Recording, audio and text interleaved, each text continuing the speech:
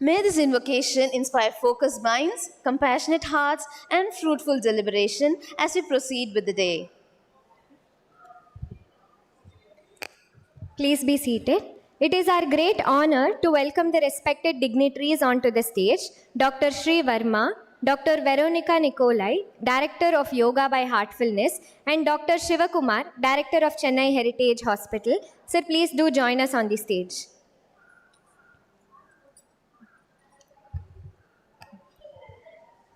May I now invite our distinguished guest of honor for today, Mr. Maheshwaran IAS, to the dais. Do please join us, sir.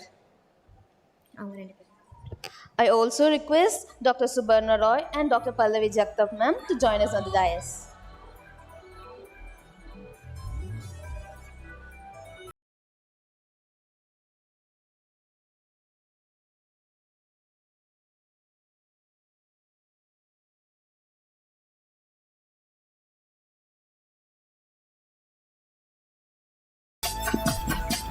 To extend a warm welcome and as a mark of our esteem, we now request Dr. Shreevarma to felicitate Mr. Maheshwaran IAS.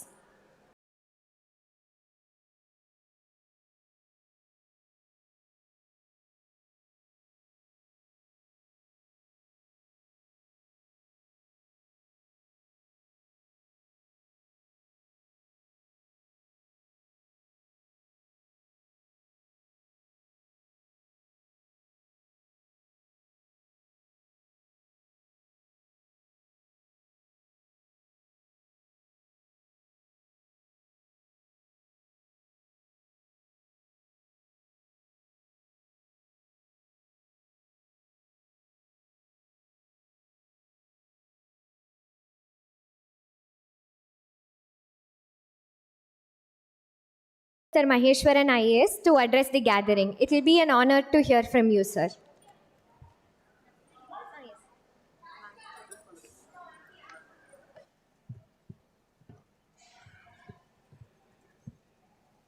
அனைவருக்கும் வணக்கம்.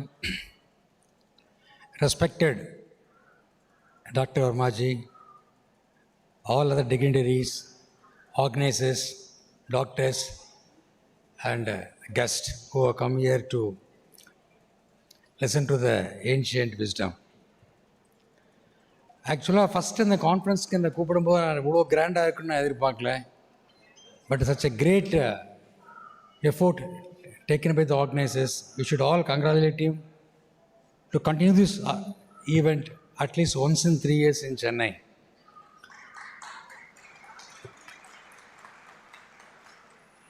I usually find a difference between the Western medicine and Indian medicine.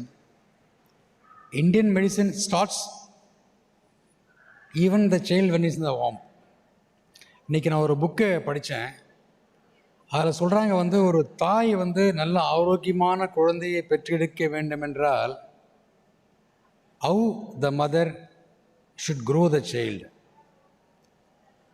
இதே article நான் ஒரு 6-7 years back I read in the health journal how the Jewish people bring about their child. ஏன் Jewish உலகத்தில் ரொம்ப இன்டெலிஜென்ட்டாக இருக்காங்க, அந்த சில்ட்ரன் எப்படி பிரைட்டாக வராங்க அப்படிங்கிறதுக்காக படிக்கும்போது ஒரு 10-15 பாயிண்ட் போட்டிருந்தாங்க. அந்த தாய் ப்ரெக்னென்ட் ஆன உடனே அந்த 8-9 மாதம் எப்படி அந்த தாயை அவங்க ட்ரீட் பண்ணுறாங்க, and what all things emotional backup and other backup, environmental support given to the mother, அது எல்லாமே பார்த்தீங்கன்னா இப்போ நம்ம இந்தியன் மெடிசனில் ஒரு டாக்டர் இன்றைக்கி புக்காக எழுதியிருக்கிறார். அதை பார்க்கும்போது ரொம்ப ஆச்சரியமாக இருக்குது. அது மட்டுமல்ல, குழந்தை பிறந்த பிறகு how the child should be grown up, what all things to be given, not to be given, இயமம் நியமம், எப்படி ஒரு பர்சனாலிட்டி டெவலப்மெண்ட்டில் நம்ம நிறைய விஷயங்கள் பேசுகிறோமோ அது மாதிரி இந்தியன் ஃபிலாசபியில் மனுஷன் சக்ஸஸ் ஆகிறான், இல்லை ஒரு பெரிய ஐஏஎஸ் ஆஃபீஸர் ஆகிறான், இல்லை பிரசிடெண்ட் ஆகிறான், இல்லை பெரிய மருத்துவர் ஆகிறான், இல்லை பெரிய பாலிட்டிஷியன் ஆகிறான், அதெல்லாம் பெரிய விஷயம் இல்லை. How a man is able to be happy by himself and sustains his happiness, so that matters the most. So one, if at all he wants to sustain his happiness அப்படின்னா 2 components are very very important. One is body and second is the mind. So இந்த 2 காம்பனண்ட்டை எப்படி நம்ம ரொம்ப சிறப்பாக வச்சுக்க முடியும் அப்படிங்கிறத நம்ம இந்தியன் டெக்ஸ்ட்டில் மட்டும்தான் நீங்கள் பார்க்க முடியும். ஸோ அப்படி பார்க்கும்போது today this event is able to bring about all the various components under one roof and explain to the people and needy persons as to how we can make ourselves more healthy and how we can make our thoughts and deeds more beautiful, more attractive and more useful, divineful. அவ்வளோ எக்ஸலண்ட்டாக பண்ணியிருக்காங்க. அது மட்டும் இல்லை, various homeopathy, Ayurveda, Siddha, naturopathy, allopathy, எக்கச்சக்கமான எல்லா விதமான காம்பவுண்டுங்க ஒரே ரூஃப் கீழே கொண்டு வந்து பார்க்கும்போது ரொம்ப ஆச்சரியமாக இருக்குது. ஏன்னா அன்னைக்கு I was roaming around Europe just 3-4 years back. பார்க்கும்போது என்னுடைய பஸ்ஸில், டூரிஸ்ட் பஸ்ஸில் ஒரு 40 பேர் வந்தாங்க. அந்த 40 பேர் வந்து ஒரு 10 people from south Africa and 5-6 from China, அது மாதிரி ஒவ்வொரு கண்ட்ரிலேருந்து வந்திருந்தாங்க. Because it is a tourist bus. அப்போ என்னாச்சு அப்படின்னா, அப்போ வந்து ஒரு சைனாக்கார் வந்து எனக்கு ரொம்ப கான்ஸ்டிபேஷனாக இருக்குது, எனக்கு மைண்ட் ஒரு மாதிரி ஸ்ட்ரெஸ்ஸாக இருக்குது அப்படின்னு சொல்லிட்டு இருந்தார். Then on that day I was taking some கடுக்காப்பொடி. ஸோ கடுக்காப்பொடி அவர் கேட்டார், என்ன வாட் இஸ் சொன்னால், இது வந்து சின்ன ஒரு பவுட்ரு தான், இது வந்து கான்ஸ்டிபேஷனுக்கு ரொம்ப ஈஸியாக இருக்கும். நாங்கள் ஐ கம் ஃப்ரம் இந்தியா, அதனால் எனக்கு இந்த டிஷ்ஷெல்லாம் வந்து ஒரு மாதிரி ஹார்டாக இருக்குது. If I can take this medicine I think tomorrow my stomach will be very free and mentally I will also very free அப்படின்னு. இஸ் இட் அப்போ நான் சாப்பிட்லாமா, அப்படி எதனா ஆகுமான்னு கேட்டார். நான் அந்த பொடியை சாப்பிட்றேன், உனக்கு நம்பிக்கை தான் சாப்பிடு, நான் கம்பல்லாம் பண்ண மாட்டேன் அப்படின்னு சொன்னேன். ஸோ இமீடியட்டாக அவரும் ஒரு ஸ்பூனில் ஹாட் வாட்டரில் குடித்து சாப்பிட்டாரு. ஸோ மறுநாள் காலையில் வந்து ஹெல்த்து ரொம்ப வயிறு கிளியர் ஆகிடுச்சு, மைண்டு பயங்கரமாக ஃப்ரீ ஆகிடுச்சு அப்படின்னாரு. அப்புறம் தான் அவர் சொன்னார், நீங்கள் கொடுத்த மருந்து வந்து வயிறை மட்டும் க்ளீன் பண்ணல, என் மைண்டில் ஏதோ ஒரு அன்னோன் ஸ்ட்ரெஸ் வந்துருக்கு, அதுவும் கிளியர் ஆகிடுச்சு, ஐ எம் வெரி ஹாப்பி அப்படின்னார். So that is the value of Indian medicine. ஏன்னா இப்போ நீங்கள் வெஸ்டர்ன் மெடிசனில் வந்து நீங்கள் பார்ப்பீங்க வந்து I don't feel good, feelings அவ்வளோதான். ஒன்று வந்து ஃபிசிக்கலாக I am not well, I am suffering from fever, இது ஒரு கான்செப்ட்டு. அது கொஞ்சம் நீங்கள் உள்ளே போனீங்கன்னா I am not feeling well அப்படிங்கிறது மனசு சரியில்லைன்னு சொல்லலாம், இல்லை உடம்பு சரியில்லைன்னு சொல்லலாம். ஆனால் நம்ம Indian text it goes behind that. So feel வேறு, அதுக்கப்புறம் என்னோடய உணர்ச்சிகள் வந்து ரொம்ப அப்நார்மலாக இருக்குது. அது கீழே உணர்வு அப்படியே லேசாக மனதில் அப்படியே லைட்டாக எழும் பார்த்தீங்களா. ஒரு அழகான பெண்ணை பார்க்கும்போது, அழகான ஆணை பார்க்கும்போது ஒரு காதல் லேசாக உதயமாகும்ல, நல்ல சாப்பாடை பார்க்கும்போது சாப்பிட்லான்னு லேசாக தோணும்ல, ஒரு நல்ல ரோஜா பூ பார்க்கும்போது அப்படியே ஸ்மெல் லேசாக வரும்ல, அந்த பேஸ்லேருந்து லேசாக எழும்ல, அந்த உணர்வுக்கு நம்ம மருந்து கொடுக்குறோம். ஸோ அந்த உணர்வை நம்ம கரெக்ட் பண்ணுறோம். ஸோ அந்தளவுக்கு நம்ம மெடிசன் வந்து ரொம்ப பிரமாதமாக போயிருக்கு. ஸோ அந்தளவுக்கு வந்து that is why we usually say that Indian medicine வந்து டிசீஸை மட்டும் கரெக்ட் பண்ணுறதில்ல, அது பர்சனாலிட்டியும் கரெக்ட் பண்ணோம் அப்படின்னு சொல்லுவாங்க. ஸோ அந்த வகையில் வந்து ரொம்ப கிராண்டாக அந்த ஃபங்க்ஷன் ஆர்கனைஸ் பண்ணியிருக்காங்க. இதை நம்ம நல்லா யூட்டிலைஸ் பண்ணிக்கணும். The people who come from different places in our country and also the world, இதை நல்லா புரிஞ்சுக்கணும். They should visit all the stalls, they should understand Indian medicine, அதையும் பார்த்துக்கணும். அப்புறம் யோகா பற்றி ஒரு சின்ன ஒரு 2 minutes நான் அதை பற்றி சொல்லலான்னு பார்க்குறேன். Because I am also yoga practitioner since 10 years. I have passed out some exams also in yoga. So yoga வந்து கண்டிப்பாக பண்ணுங்க. ஸோ யோகா வந்து இன்றைக்கி இருக்கிற காலத்தில் நீங்கள் உடலை ஆரோக்கியமாக வச்சுக்கணும் அப்படின்னா யோகா தான் பெஸ்ட்டு. மற்ற கண்ட்ரியில் வந்து ரொம்ப குளிர் காலத்தில் வேணால் உங்களுக்கு ரொம்ப எக்ஸசைஸு, புஷ்அப்ஸு, தண்டால், அப்புறம் நிறையா அது மாதிரி தேவைப்படும். ஸோ நம்ம கண்ட்ரியை பொறுத்த வரைக்கும், இந்த மாதிரி ஹாட்டாக இருக்கிற கண்ட்ரியை பொறுத்த வரைக்கும் யோகா வந்து உங்களுக்கு ரொம்ப ரொம்ப இம்பார்ட்டண்ட்டு. நீங்கள் யோகா பண்ணால் மட்டும்தான் நீங்கள் 70-80 வயசுல நீங்கள் ஸ்ட்ரைட்டாக நிற்க முடியும், நடக்க முடியும். உங்களுடைய மெமரி பவர் உங்களை நிற்கும். அதே மாதிரி வந்து உங்களுடைய டைஜஸ்டிவ் ட்ராக், நம்ம உடம்புல இருக்கக்கூடிய 5 மேஜர் சிஸ்டம்ஸ் எல்லாமே இன்டாக்டாக இருக்கும். ஸோ உங்களுடைய கான்சன்ட்ரேஷன் வந்து கூடும். அதில் ஆசனா மட்டும் நீங்கள் எப்பயும் மறந்துடாதீங்க. ஸோ ஆசனாவோட நீங்கள் என்ன பண்ணணும் கூட பிரத்யாகாரம் பண்ணணும். உங்களுக்கு வந்து இயமம் பற்றி தெரியும், நியமம் பற்றி தெரியும், அதுக்கப்புறம் ஆசனா பற்றி நிறைய படிச்சிருப்பீங்க, அதுக்கு மேலே பிராணாயாமம் பற்றி படிச்சிருப்பீங்க. இப்போ இந்த ஸ்டேஜில் நாம் வந்து ஆசனாவிலேருந்து நம்ம அடுத்த ஸ்டேஜ் பிராணாயாமா முடிச்சுட்டு we should try to practice pratyahara. So pratyahara நம்ம மெயினாக என்ன பண்ணுறோம் அப்படின்னா, நம்ம personality has already been manifested in various dimension. அதனால் நமக்கு அட்ராக்ஷன்ஸ் ரொம்ப அதிகமாக இருக்கும். அட்ராக்ஷன்ஸ் டுவர்ட்ஸ் குட் திங்ஸ்னால் ஒன்றும் பிரச்சனை இல்லை. ஸோ அட்ராக்ஷன் டுவர்ட்ஸ் ஒரு வாழைப்பழம், ஒரு கர்ட் ரைஸு, ஒரு நல்ல மல்டி பேலன்ஸ்டு டயட் அப்படின்னா ஒன்றும் பிரச்சனை இல்லை. ஸோ நம்ம உடலுக்கும் மனதுக்கும் கெடுதி விளைக்கக்கூடிய விஷயங்களை மனது அட்ராக்ட் ஆகுது பிகாஸ் ஆஃப் பழக்க வழக்கங்கள் அப்படின்னா கைண்ட்லி ப்ராக்டிஸ் பிரத்யாகாரா, அதாவது 5 புலன்கள் அதன் வழியாக போய் தன்னுடைய வேலைகளை செய்யாமல், உணர்வுகளை தூண்டாமல், அறிவுக்கு முதலிடம் கொடுத்து புலன்கள் அறிவின்பால் செலுத்துவதையே பிரத்யாகாரம். ஸோ அதை நீங்கள் பண்ணணும், ஒவ்வொரு டைம் பண்ணணும். நைட்டு படுக்கும்போது நீங்கள் யோசித்து பார்க்கணும், நம்ம இன்றைக்கி என்னதான் தப்பு பண்ணோம் ரைட் பண்ணோம் அப்படின்னு சொல்லிட்டு. ஸோ நம்ம எல்லாம் பார்க்குற விஷயங்கள் பார்த்தா எனக்கு அட்ராக்டிவாக இருக்குது, உடனே போய் கற்றுக்குறேங்கிறீங்க.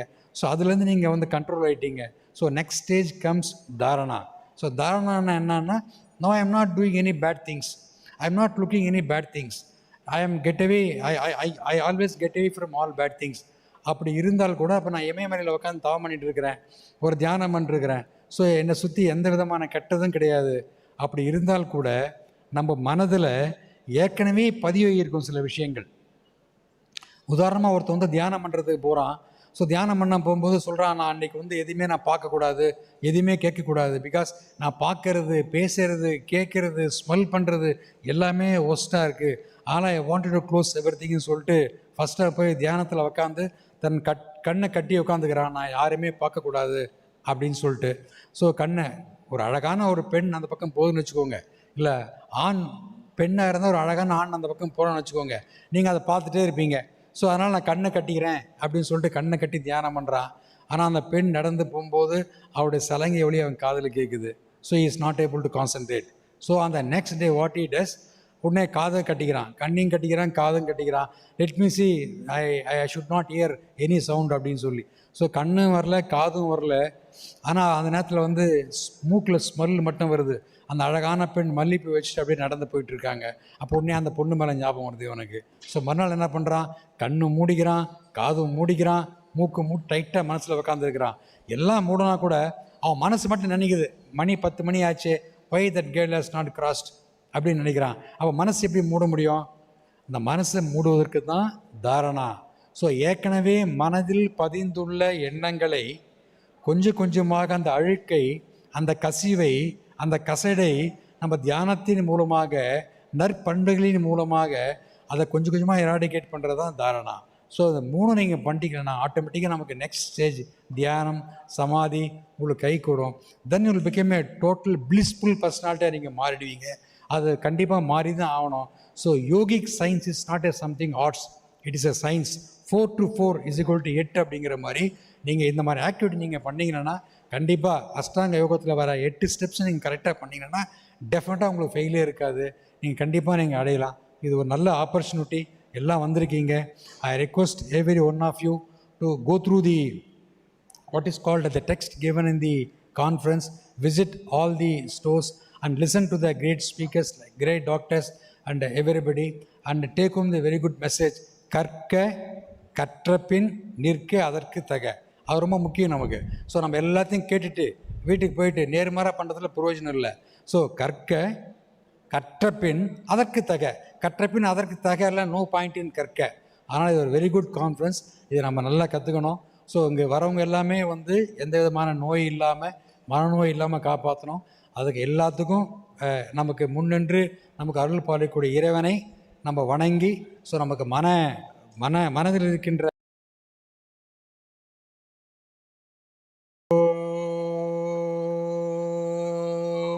அஸ்மின் பராத்மன் அனுபாத்மகல்பே தும்மித்தமுத்தா மித பத்மயோனி அனந்த பூமா மமரோகராசிம் நிருந்திவாதா லயவாச Vishnu லயவாச Vishnu லயவாச Vishnu.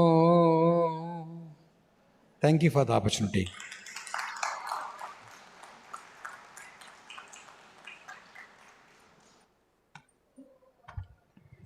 Thank you for sharing your valuable insights, sir.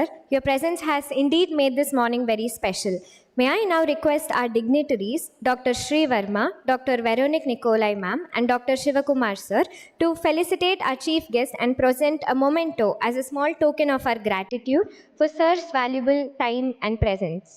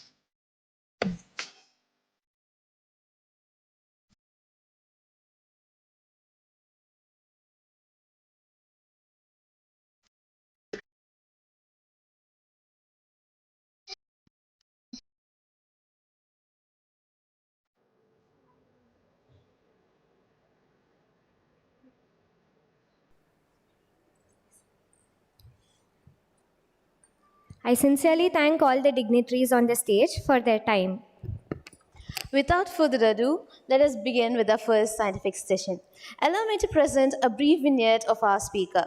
Dr. Subarna Roy is the Director and Scientist G at ICMR National Institute of Traditional Medicine, Belagui, a microbiologist with over 14 years of ICMR experience and holds an MSc Gold Medal and PhD in microbial genetics. He has made a major contribution in infectious disease research, including outbreak investigation and the first identification in India of human paracovirus and sallivirus causing childhood diarrhea. Under his leadership, NITM focuses on scientific validation of traditional medicine, lifestyle, and geriatric diseases and medicinal plants. We now request our Dr. Subarna Roy to take over the session.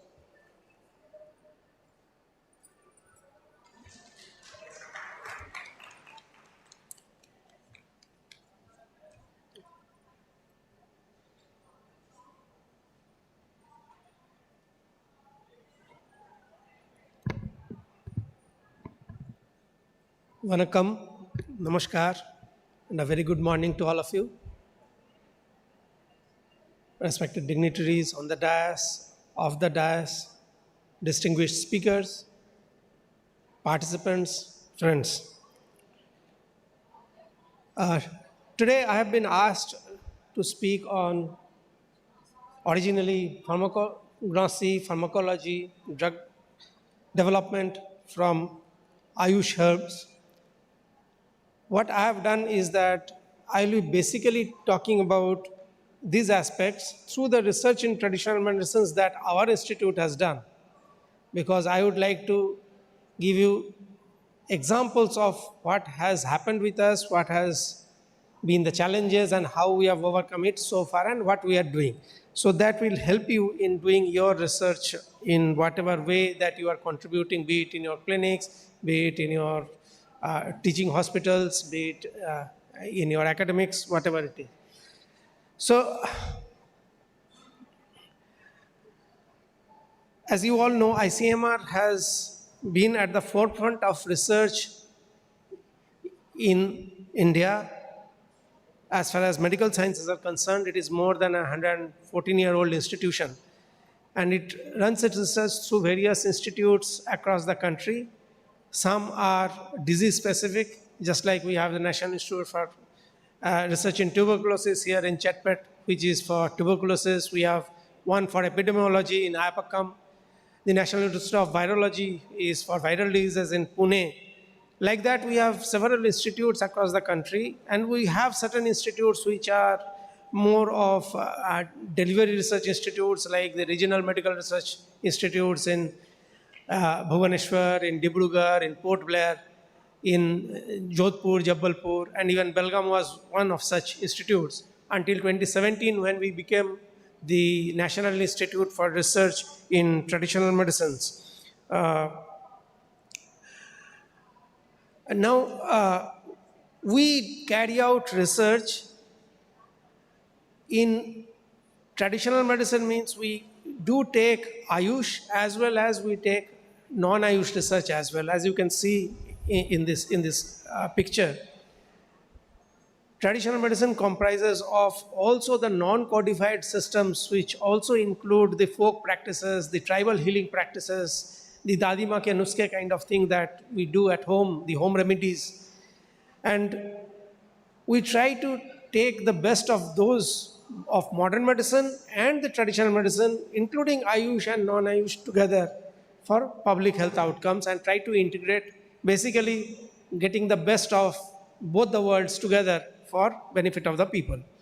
So therefore, our institute works in two basic domains. One is traditional medicine and integrative health, and the other is, like any other ICMR institutes, national diseases of national importance, diseases of regional health importance. I bring to you greetings from my institute in Belgaum, located at the junction of Maharashtra, Karnataka, and Goa. Our vision is to influence public health outcomes through the integration of traditional medicines with modern medicine, the allopathy systems. And we do it in three major missions. One is the research, other is human resource development, and third is outreach. In research, we carry out, as I said, like any other ICMR institute, research on the national health problems. And in traditional medicine, we try to develop evidence-based, affordable traditional medicine solutions for public health concerns. And we also develop a cadre of integrative healthcare researchers and professionals, and also program and content for the application of this validated traditional knowledge for integrative health. And we generally take this out as scalable and sustainable technologies and practices in the community through partnerships with various government organizations, non-government organizations, and partners. And we also facilitate policy development. Now, this is the validation cycle that we do for traditional medicines. We follow the reverse pharmacology approach, which was given to the world by the Vaidyas, Dr. Ashok and Rama Vaidya from Mumbai. And what we do is that we start with a situation analysis of any drug disease pair that is already there in practice. It can be from the Ayush systems, where you have various solutions for certain diseases and conditions written in your text and you are practicing. But most of the time what happens, some of these, as I said, the non-codified practitioners, they will not have anything which is written down. Their knowledge is handed over from generation to generation, mostly by oral traditions, and they practice. And they practice sometimes specified for a certain condition or a certain disease, and they have only that specialty. And sometimes they'll be treating multiple conditions. So what we do is that our team, comprising of ethnobotanists, comprising of community medicine people, comprising of social scientists, they visit these practitioners in the field where they are actually practicing, and then they do a verbal autopsy. They do, through questionnaires, they try to document what are the plants that they are using for what kind of conditions. And then we also interview the patients. Who are the patients who are coming? Why they are coming? Whether they have come after they have exhausted modern medicine, or they are coming first to him, and what is the outcome that they feel, whether they are feeling that they are benefited or not. So those are the things that we do. Here there is no intervention. We simply do a very passive documentation of what is happening in the field. Similarly, we interview the practitioner. Those who are willing to share the formulations or their medicines with us, show us the plants which they are using, that only we take forward, because there is a need to have authenticated data on that actual plant which is being used in the treatment. Now here it is very important, because as you all know, that these are the people who will not tell, say for example, somebody is treating joint pain, he will not say he is treating arthritis. He will tell he is treating joint pain. Now it is up to us to understand what kind of joint pain it is. Is it arthritis? Is it osteoarthritis, or is it rheumatoid arthritis? So these are the conditions that we generally use our scientific acumen to understand what are the conditions in which they are using, and then we take it into the laboratory. Then we do extensive studies on the pharmacognosy, identification of the plant, their characters. We do a complete workout with their composition. Very important is to have vouchering of the samples done with an authentic voucher specimen number submitted somewhere, be it BSI or some institution. Even our institution does the vouchering and herbarium services. So we have accession numbers of those plants, so that you can go back to that particular plant which you have started working from. Then we do the complete biochemical, biological properties of those plants. We do a complete phytochemistry of those plants. Those of you who are actually working with medicinal plants, you know there are seasonal variations. There are variations from where they are harvested. With the age of the plant, things do vary. So we try to document that. And then we do, as a rule of thumb, a toxicity study. We test these formulations in rodents to see their therapeutic window as well as if there is any safety or toxicity issues or not. Then we do the laboratory profiling of those. If they are of infectious diseases in nature, then we have the MD in microbiology, so they carry out the infectious diseases workout. We do a lot of bioinformatics these days because a lot of computational tools are available with us. Computational power has increased, lot of databases are available. So we retrieve the information of the phytoconstituents that are available for those plants from those databases and try to do in silico studies and understand how and why these phytoconstituents are actually affecting different pathways. And that helps us design the in vitro studies. So the in vitro assays are actually made based on the bioinformatics studies that we do in computers. And then we do this molecular biological studies. It is not very easy to establish a single mode of action of traditional medicines, mostly the botanicals. But then whatever is possible, whatever we can design studies on, we generally do that.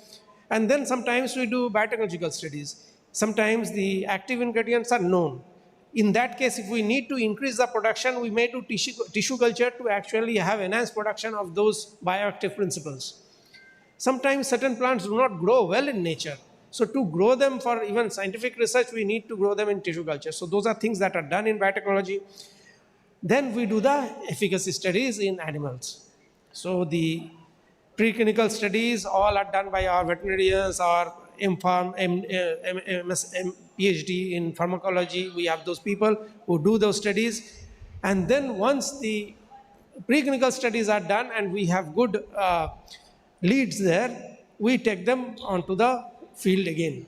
So either in hospital settings or in the community, we carry out studies, mostly randomized controlled trials, and some are maybe comparison studies. So we carry out depending on what kind of solution we are testing and what kind of diseases we design those studies, and then we carry out this. So we have specialized people for that. We have including biostatistics people who are good in research designs, so we do that. So that completes the validation cycle. What you may have noticed is that since we are an ICMR institute, we are mostly people of the modern medicine background. We have people from social science, we have people from biostatistics, we have people from community medicine, microbiology, biotechnology, molecular biology. We have a lot of basic scientists. We have veterinarians, but we don't have as permanent people from the Ayush background.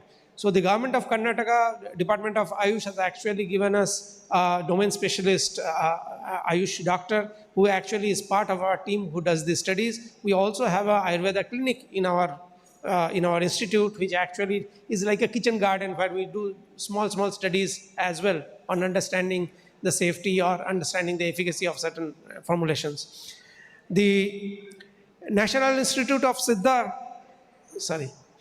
also has provided us with a domain specialist in Siddha. So, so she is also there.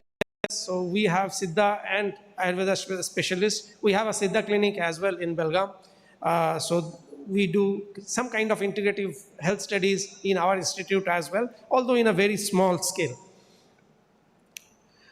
Now these are our institutes and the various laboratories that I talked about. So, but these are all mostly the basic sciences. We do most of our clinical trials and all in field in collaborative mode. We also have a herbal garden of these medicinal plants, mostly from the Western Ghats. We have a museum of the crude drug samples as well as the herbaria that I talked about, which are submitted as voucher specimens. We have a zebrafish model to test mostly the toxicities and then some of the efficacy studies in zebrafish, which is much easier to do before taking into the larger animals or rodents. We also have established a C. elegans research facility for testing of herbals. This is the small clinic that I said we have on integrative health, where we have the Ayurveda and Siddha clinics, OPDs. We have a model rural health research unit. It is adjoining the state of Hyderabad, state of Andhra Pradesh, where this is dedicated for rural health research. And most of the community studies that we do, the trials and all, are done here. It is an aspirational district of Karnataka, so we do many of the studies in that district. So basically what we all know is that our load on the healthcare system is huge. The primary, secondary and tertiary care, the three-tier health system, most people go in Brownian movements. So we, sometimes affluent people will go with the smallest of problems to a tertiary care center, whereas a poor person with major problem cannot afford to go to a tertiary care center. He will come to a PHC or a CHC, something like that. So basically what we are trying to do is that through validation of some of the traditional medicines that we have, we are trying to generate a fourth tier, a pre-primary tier, where people do not fall ill in the first place. The wellness clinics, the Arogya mandirs that are being established, and even if some kind of symptoms come and all, we are able to tackle it at the pre-primary level itself. This is an important concept diagram on alternative, complementary and integrative health. We sometimes use them as synonyms, but that is not the case. Alternative when is you are using something, say you are using a particular Ayurveda drug instead of a allopathy drug, or a homeopathy instead of a Ayurveda. So it is a alternative.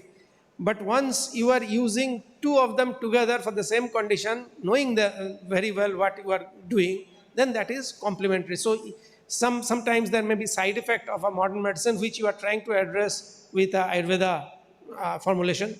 So that becomes complementary. And integrative is when it is like a medical board. You have two doctors, minimum two, one from say allopathy, one from Ayurveda. They consult with the patient, and for the patient, whichever is beneficial, they will have a discussion, and accordingly they will give their drugs. So keeping the patient informed with the best interest of the patient, they will be selecting that. So that is what is integrative health. And that is where India is actually looking for in the next few years until 2047. So integrative health is all about that. So basically that is where the leads, or the very well established leads from the traditional medicine sides, including the Ayush, is actually going to be integrated into the health system itself in the modern medicine setting, or a combined or a integrative setting, whatever you call it. So basically our institute is acting as a small bridge between modern healthcare and Ayush, between Ayush and folk medicine. So we are like adapters. We are people connecting together. We all know what traditional medicines have contributed to the modern drug system, the contemporary system, or allopathy, whatever you call it. But once we talk about a particular molecule, then it does not remain a traditional medicine. It becomes a modern drug discovery. But many of the modern drugs are actually originated from the Ayush systems. And we all know that it is more than 80%, sometimes it is 90% or even more, use of traditional medicines that happen in communities. We as individuals, as patients, do take a lot of traditional medicines, irrespective of where we are, in India or abroad.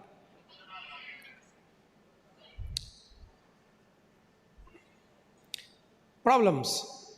The biggest challenge we have is the fight between the conventional medicine people and the traditional medicine people. So that is the biggest challenge what we find.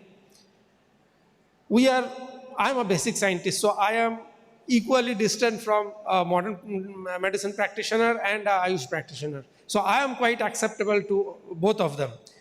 But sometimes if my colleague who is a modern medicine person may not be very well accepted by a traditional medicine practitioner, or if somebody is a traditional medicine practitioner, they may not be very well accepted. So even organizing symposium, conferences where we get both of them together becomes challenging, and to get them on the same page. You forget about actually giving treatments about it. But yes, there are people like you all, there are people who are actually engaging and they are getting convinced in traditional medicine. And traditional medicine is also like religion. What I find is that it sometimes divides society between two sides. Either you are in this or in that. You know what has happened with the JIPMER courses, and also so much of hue and cry. There have been so many other occasions where there has been a lot of hue and cry. But then again, like religion again, the more we grow old, even I have seen very hardcore allopathy practitioners, as they have aged, they have actually adopted traditional medicines, and then they have been prescribing or suggesting some of the traditional medicines for their patients. So that is how a kind of, with age, some kind of wisdom also comes perhaps. But that is what happens in practice. The second problem is with the classical drug discovery pathway. As I said, that I have been asked to talk about the drug discovery from traditional medicines, but then in that case it becomes modern medicine. But the problem is that we start with tens of thousands of molecules and ultimately end up with one approved drug after 15 years with expenditure of a huge amount of money. So drug discovery is not that easy. So it is extremely tedious, costly, and a very difficult affair. So that is why this reverse pharmacology, which I talked about, comes into play. The ethnographic design, basically they are all kind of the same thing. The black box design, where you talk about the holistic condition of the patients itself. And then there is a new thing in 2015, the Phytopharmaceutical Act, through which again there is new method of drug discovery that has been available to us. So reverse pharmacology, as I said, it is something which is already in practice, be it in your Ayush systems or maybe some non-codified practitioner practicing it in their village or in their community or in their tribal hamlets. So you generate the evidence, go back. Try to generate the evidence in terms of what the present day science will accept, and then generate the proof of concept and then do clinical trials and then show that it works. So that is one better approach. Chances of success is much better, and that is exactly what we are doing. So I talked about difficulty of generation of evidence, lack of suitable models and tools to validate. One of the biggest problems, most of you are in Ayurveda, you will understand, the models and tools that we have in conventional medicine or modern medicine today, they are very good, but are not always appropriate to actually measure the outcomes that traditional medicine people practice. Simply not having a tool to prove that this is not working does not mean that the drug is not working. It is quite possible that we simply don't have the tools to measure it.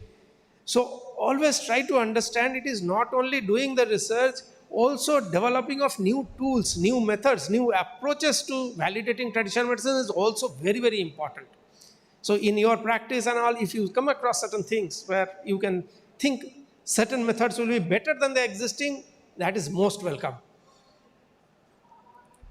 Standards with problems with standards and quality, I will come to it again later with herbal medicines. Variability in bioactive constituents, which very often changes. Again, no established protocol and guideline. Legal ethical issues. I'm coming to each one of them with examples.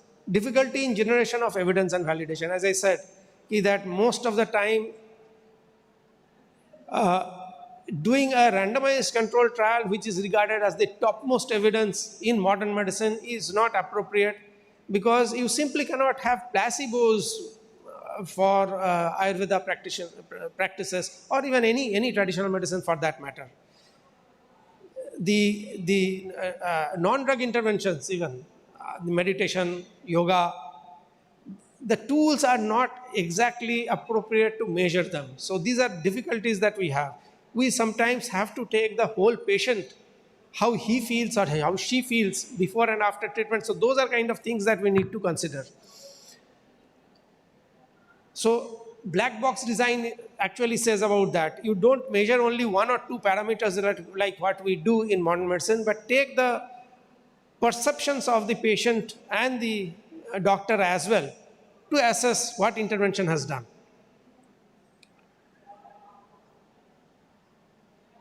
Another problem that comes with adverse drug reactions. When we do any clinical trials, say with a modern medicine, say you have a drug for, say arthritis. So you are giving that drug, and then suddenly the patient complains of repeated GI disorders, vomiting and all. Now, if similar kind of thing is given by the traditional healer, and this patient goes and tells to him, I'm having this kind of thing, he will be very happy. He will say, Acha, ye ho raha hai, that means it is working. The concept itself is very different. So do you report this as an adverse drug reaction? Perhaps not. You are soliciting it. You want those kind of things to happen sometimes. And again, those kind of symptoms may vary with the Vata, Pitta, Kapha, whatever, with the constitution of the person that you are giving. So those are challenges that you have. One of the problem with the botanicals, with herbs, is the quality and standards I talked about. One example I am giving you with this Saraka Ashoka. Saraka Ashoka is used for almost all kinds of gynecological disorders, of very well accepted traditional medicine across the country. In my part, I belong to West Bengal. In east and northeast, there is a Shashti, Ashok Shashti it is called. I think in February, March only it comes, where all the women have to take that Ashok flower, and also those are customs which are very deeply embedded in rituals. Now, this plant, the bark is used mostly for treatment. We had collected samples from 5 states, Karnataka, Maharashtra, Tamil Nadu, Goa, and Kerala. A few samples, one of my PhD students did, none of them contained actual Saraka Ashoka. It is, the raw drug that you are getting in your pharmacies and all is highly doubtful how much Saraka Ashoka they contain. And you will also know the Polyalthia longifolia, it must be here somewhere. You find them everywhere as ornamental trees. That is also called Ashoka. And many of these suppliers actually mix it with this false Ashoka, with Polyalthia, and they claim it to be Ashoka. Yes, it is Ashoka, but it is not the Saraka Ashoka that you want. Similarly, Bala is used by Ayurveda people for many kind of conditions. Your text will talk about Bala, you know it is Saida, but it does not tell about which species it is. There are 5 species of Saida. Which one of them to take? So these are research questions that we have. So this is one of the technique that one of my PhD students used. Actually, he designed this technique. It is a PCR based, a high resolution PCR, HRM PCR it is called, to detect the actual presence of Saraka Ashoka from crude drug samples. But then it is like a real-time PCR, so you have to do just like what we used to do for COVID. It requires a very highly sophisticated lab that cannot be done on ground. So opportunities are there if we are able to translate this kind of thing into some kind of dipstick kind of approach, where we actually dip it in the crude drug sample and know whether it is present or not. So, or to what extent these things are present. So this is one example I gave with Saraka Ashoka, but these are all opportunities that we must try to utilize and see that our standards are maintained. Because if it doesn't work, then actually it brings bad name for our own systems of medicine, but which is actually because of not having the active principle. So that is what things happen. Another example is Gymnema sylvestri, Madhunashini, Gurmar. It is invariably present in most of the anti-diabetic formulations that you will find in the market. Now, this plant grows in the Western Ghats and in Eastern Himalayas. Very well known plant. And here, the active principles are not known. Like in Saraka Ashoka, here active principles are known. In Saraka Ashoka, the active principles are not known. But here, it is gymnemagenin and gymnemic acid. These are the 2 active principles.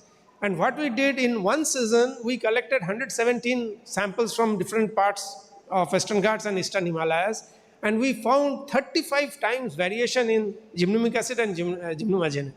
Then do you expect that we will have the same efficacy when you are giving it to the patients? That cannot happen. So therefore, you have to understand the batch-to-batch variations that may happen, where we are getting it from, how it is. So what we have done is that we have developed an elite clone, again by tissue culture, which actually gives the maximum yield of the gymnomagenin and gymnamic acid.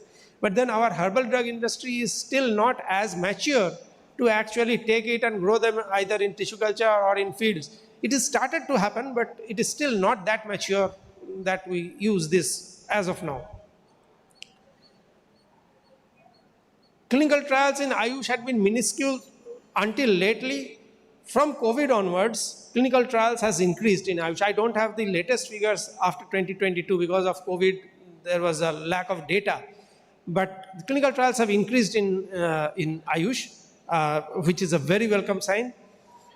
But then problem comes is that when we take regulated trials in allopathy, in modern medicine, it is guided by the NDCT rules of 2019.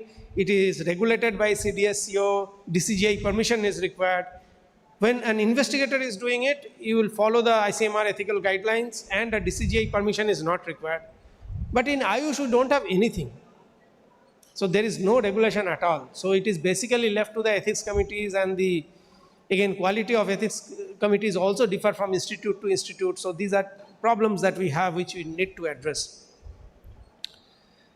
Then there are safety issues also from traditional medicine. It's not that everything is safe. We have a therapeutic window. So you just can't take something which is beyond that. And sometimes people do take that, they think everything natural is fine, and then they will sometimes die or have some side effects, and it will come in papers, and again it will actually malign our systems of medicine. One of the papers that even our institute published very recently, I think a couple of months back.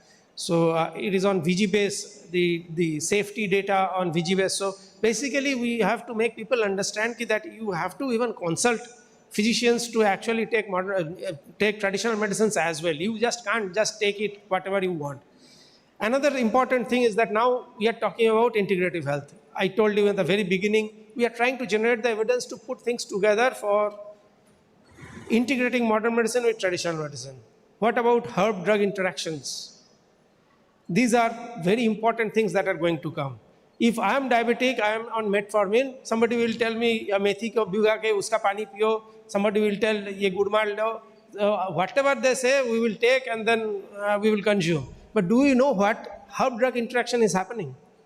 There are cases, reported cases in literature, where actually both of them have worked in synergy and they have become hypoglycemic and they have got shock. Similarly, sometimes it can be anti also. So these are things that needs to be reported. We have done a study with 3 conditions: diabetes, arthritis, and GI disorders.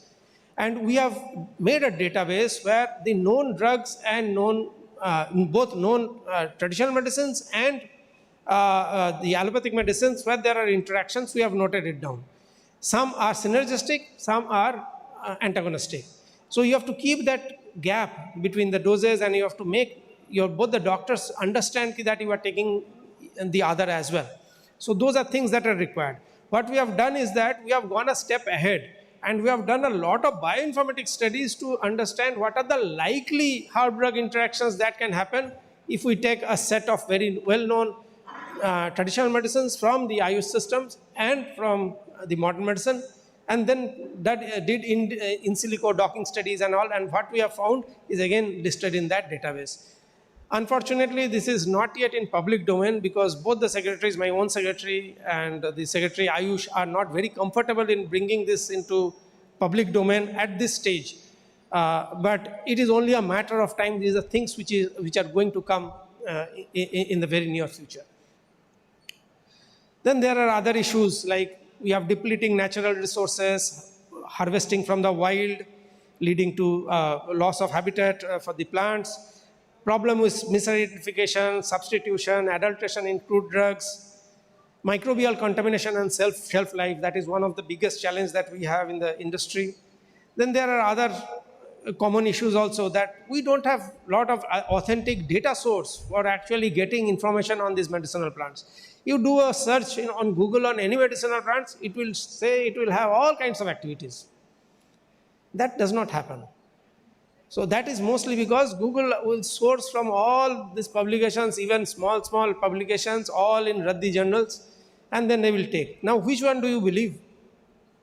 If you are a researcher, you want to actually know what actually benefits, your review in Google or all the AI tools that you have will not give you the right results, because the quality of evidence is so poor, the publications have been so poor.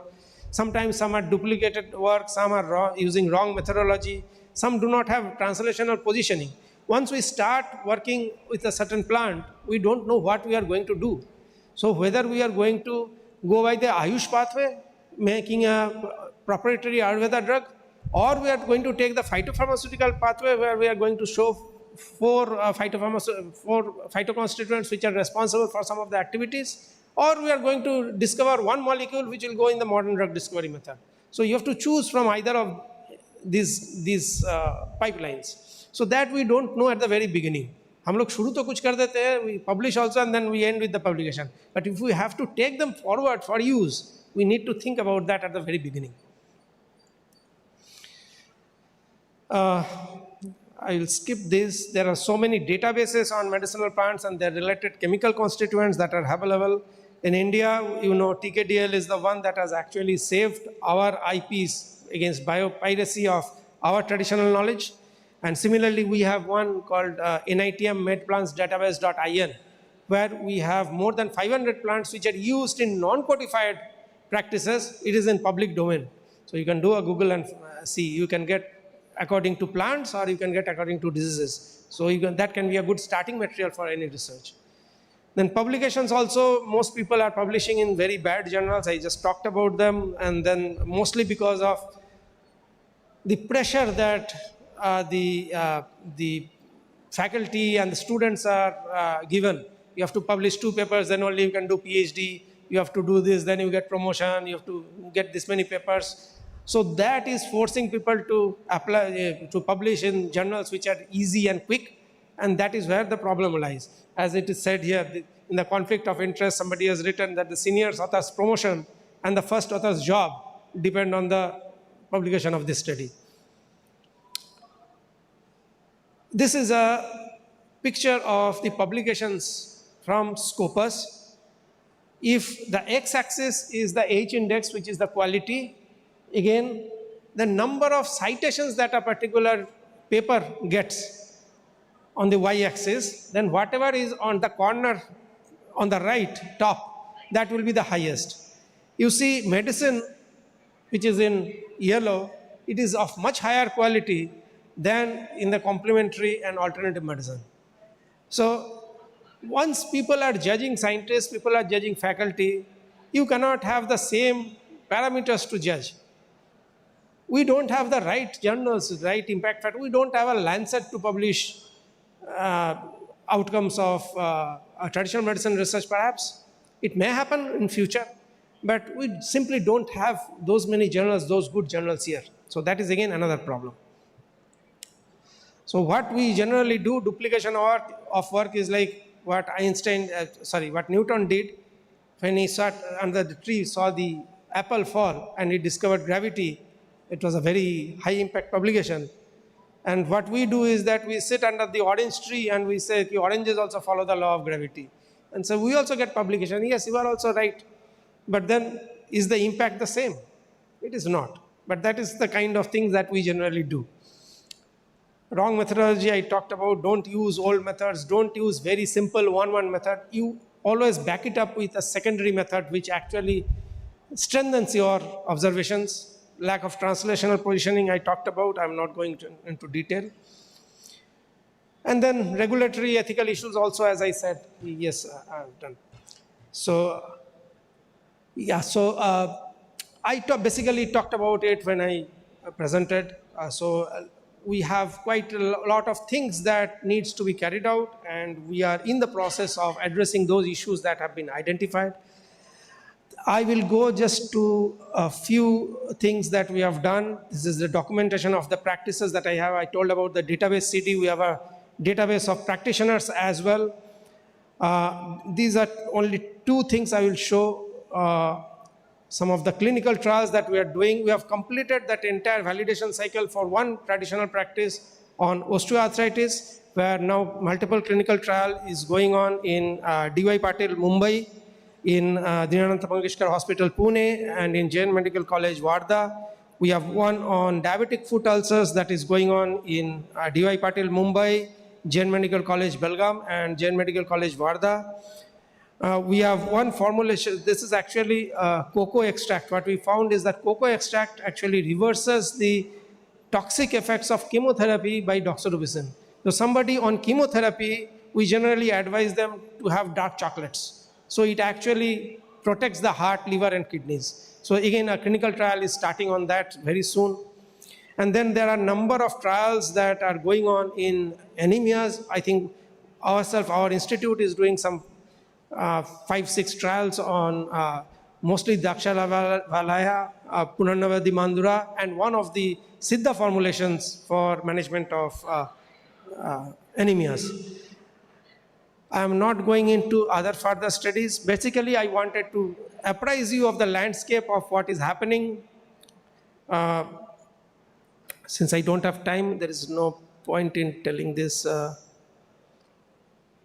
These are some of the studies that our institute has done. So some of the examples I had shown.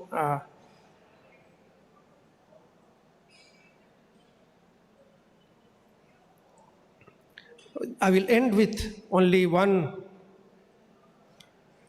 example of the carica papaya for dengue. This is not our work.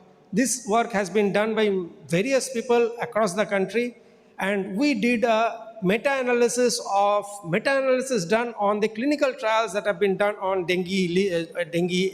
on carica papaya extracts.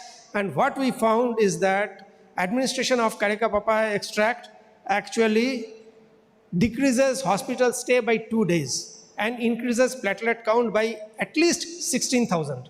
This is going to be published very soon. It is not yet published, but there is a very clear-cut evidence of this being good, and the best among the intervention is the tablet having 1100 mg TDS for 5 days. So that was the best that was found.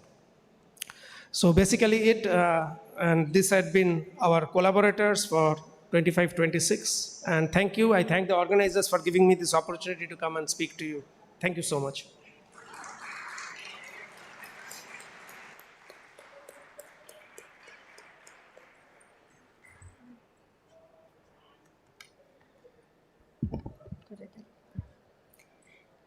Thank you, sir, for the informative session and for highlighting integration of traditional and modern medical sciences. Now, I would like to welcome Dr. Pallavi Jagtap, our chairperson of the session, and I invite her to offer her expert insights and observations on the topic.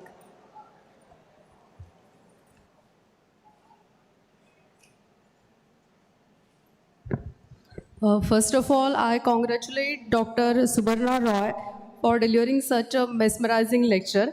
Sir has highlighted the need of integrative research in Ayurveda, and really it is to have the global acceptance to our science. It is the need of time to do the research in integrative aspect, and it will be good for the public domain also. So I once again thanks to the organizing committee also to giving me the opportunity to chair this session. Thank you.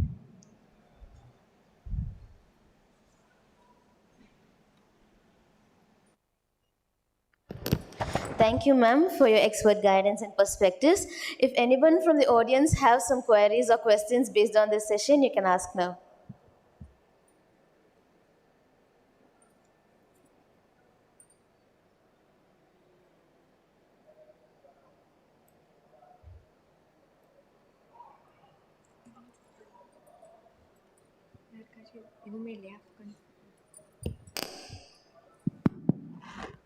Thank you, Doctor. One of the wonderful presentation in 30 years of my life. It's an eye-opener. all your efforts on preparing this, all the way coming and presenting this. It's honoring us. Thank you so much.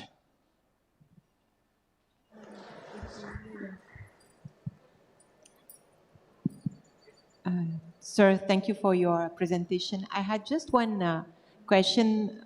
You mentioned tissue culture as maybe establishing a standard of what you want, I mean, maybe a standard of samples. But do you have any evidence already on what tissue culture does compared to a plant growing in a soil in a particular place? Is that affecting to the potency, or what's the future of tissue culture, especially for the endangered plants?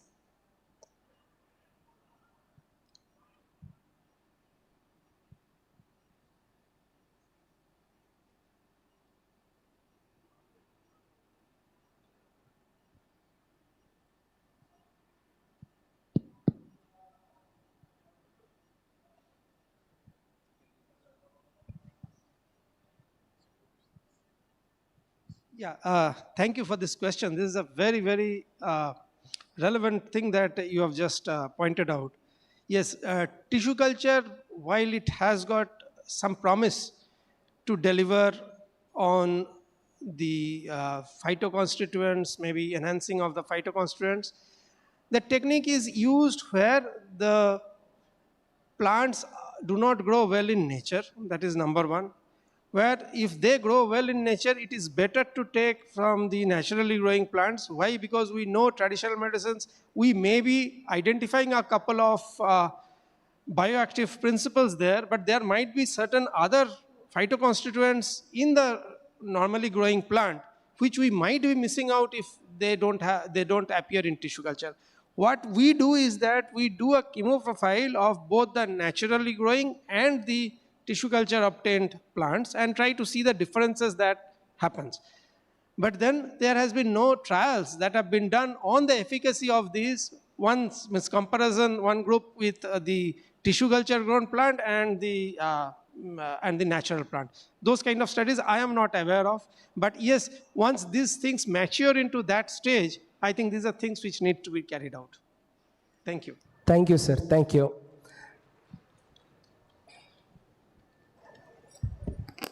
Thank you, sir. To acknowledge the valuable contribution made during this session, I invite Dr. S.N. Suresh to felicitate Dr. Subarna Roy and present the certificate and mementos.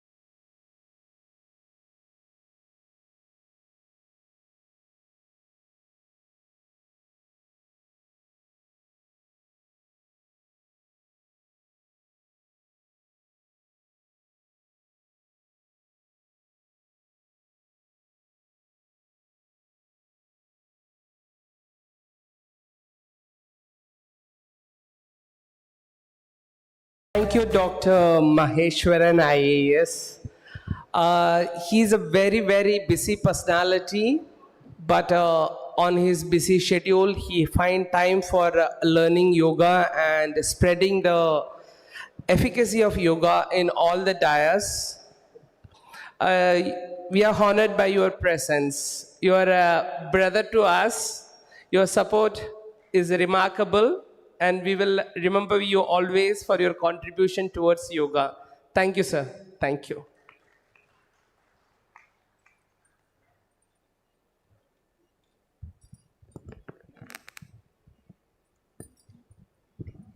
With this, our first scientific session comes to an end. On behalf of the organizing committee, we extend our sincere gratitude to all the dignitaries who made this a wonderful event. Moving on to the next session, which will be an online scientific session, we are pleased to extend a formal invitation to Dr. JLN Shastri as the speaker for the second scientific session. The session will be presided over by Chairperson Dr. Roshni KP. We welcome you to the dais.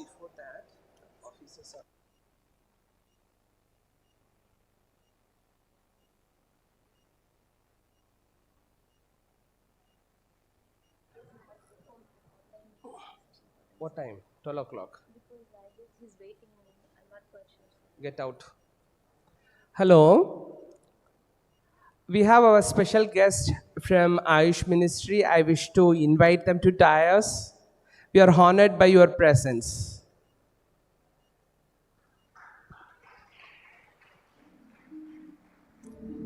Dr. Veronique Nicoli, please receive them as the bouquet. Oh, there.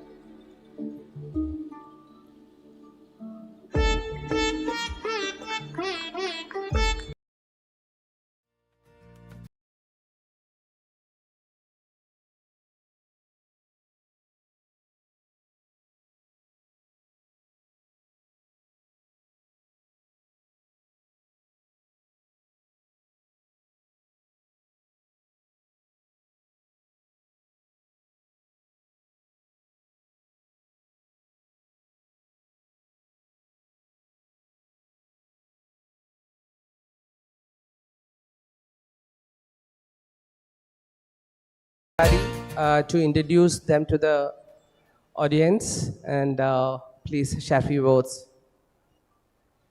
Namaskar to all. Today we are having from the Ministry of Ayush our guest, Mr. Shiv Mishra ji.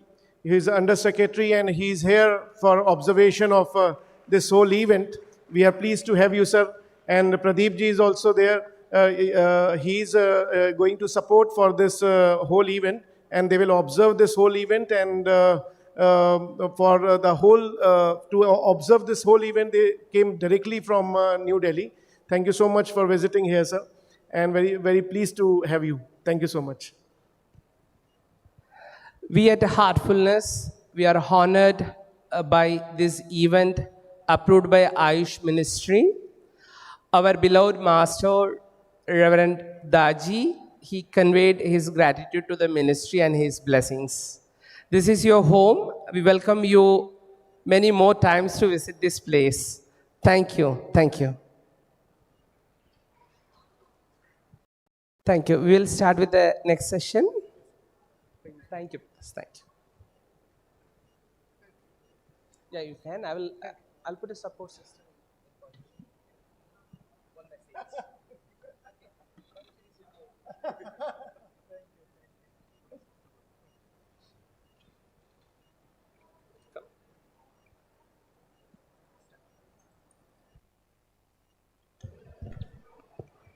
Moving on to the next scientific online session, to introduce our speaker, Dr. Jayarooba Shastri. He is a distinguished Ayurvedic physician, researcher, and healthcare leader with over 3 decades of clinical, academic, and administrative experience. He is the managing director and co-founder of Swasti Veda Private Limited, Mumbai, and he is also managing partner of Jatas Ayurveda Healthcare Systems, LLP, and the chief physician at Ayushman Ayurvedic Center, Kakinada. A former CEO of the National Medicinal Plants Board, Government of India, and the former head of R&D Dabur Limited, Dr. Shastri has made significant contributions to Ayurveda education, drug policy, and integrative healthcare. A recipient of multiple national and international awards, including the Charaka International Award, he continues to actively contribute to research, industry, collaborations, and evidence based Ayurvedic practice. We now request you to take over the session, sir.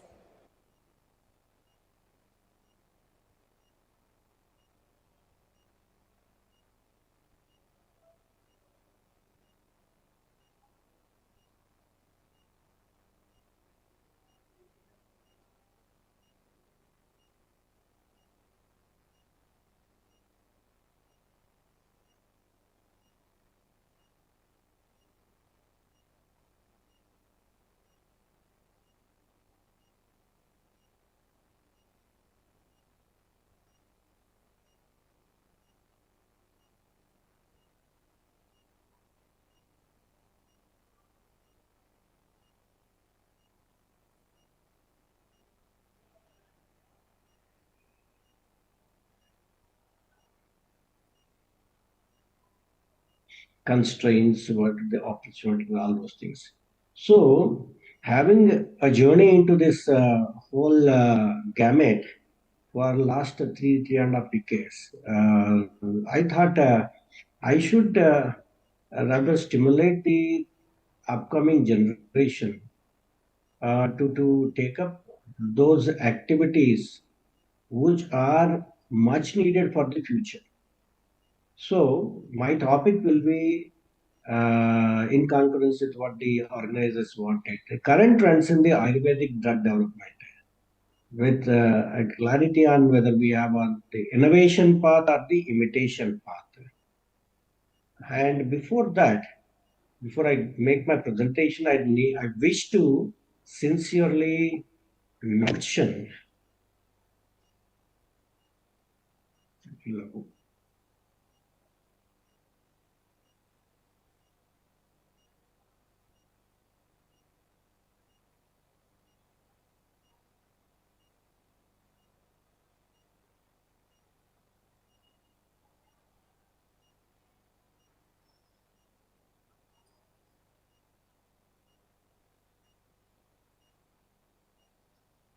Sorry. So this presentation neither intends to support any entity, company, nor derogate any kind of other entity. So a sincere effort is made here in this presentation to quote only appropriate examples for the existing products in the market, depicting the current trends and the drug development, what is happening in this country. And this presentation has some products with company names also, but there is no intention to highlight anyone or to criticize any other. This is just to mention about this thing, and there is no clear intention or false intention. Just take it with the scientific acumen perspective.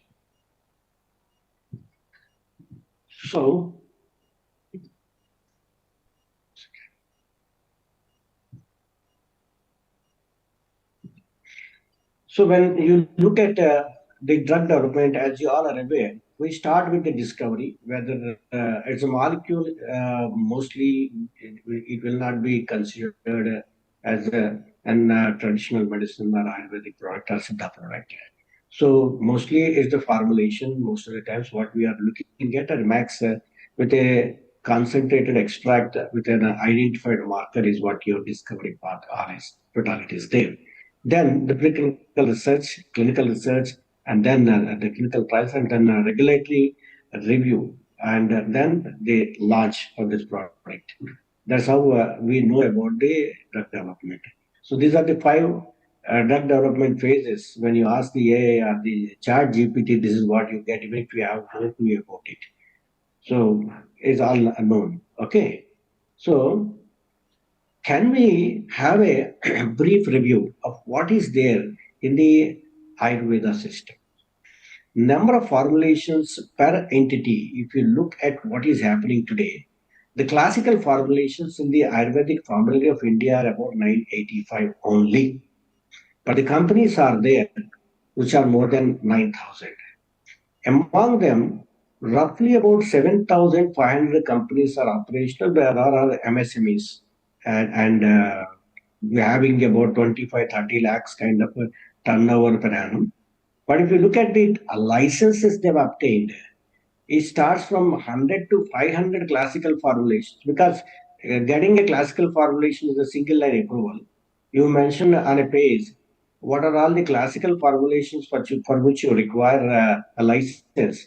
And if you go to AFI, you get 985 formulation license in a 1500 square feet area. Sorry for this thing, but that's the rule what it's saying. And you will get a minimum of 10 to 50 proprietary medicines. So when I was partly working as the drug policy section in charge, I made a proposal and I prepared a draft note also. I don't know where it is right now. I said those MSMEs should not be allowed to go for more than 4 formats and 2 formulations each. And then only the standards will prevail.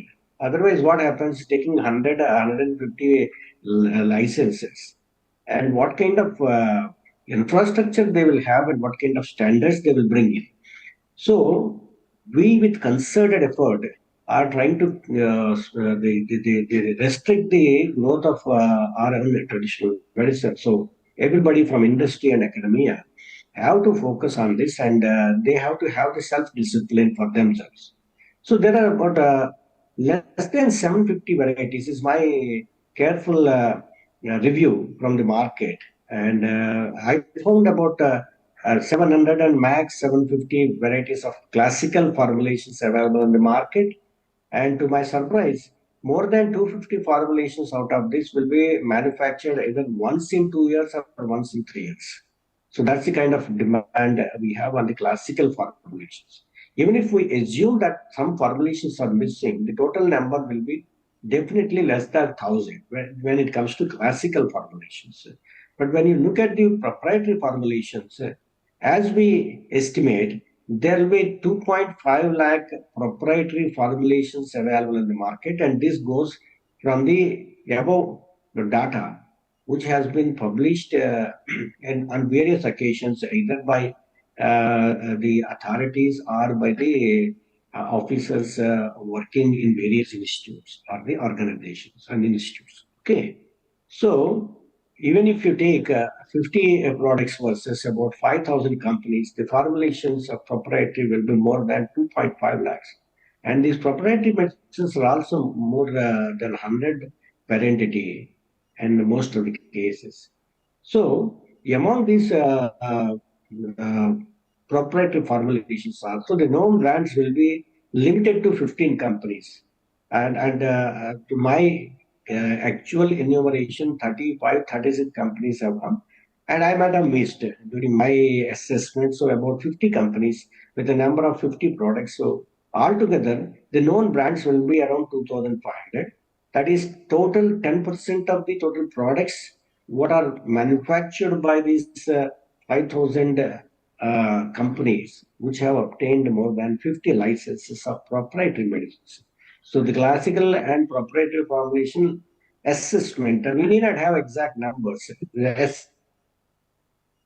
assessment is also the guesstimate or estimate for our present discussion is definitely sufficient. How many companies have R&D? When I reviewed it, fully functional facilities are less than 50 companies out of these 9,000 R&D.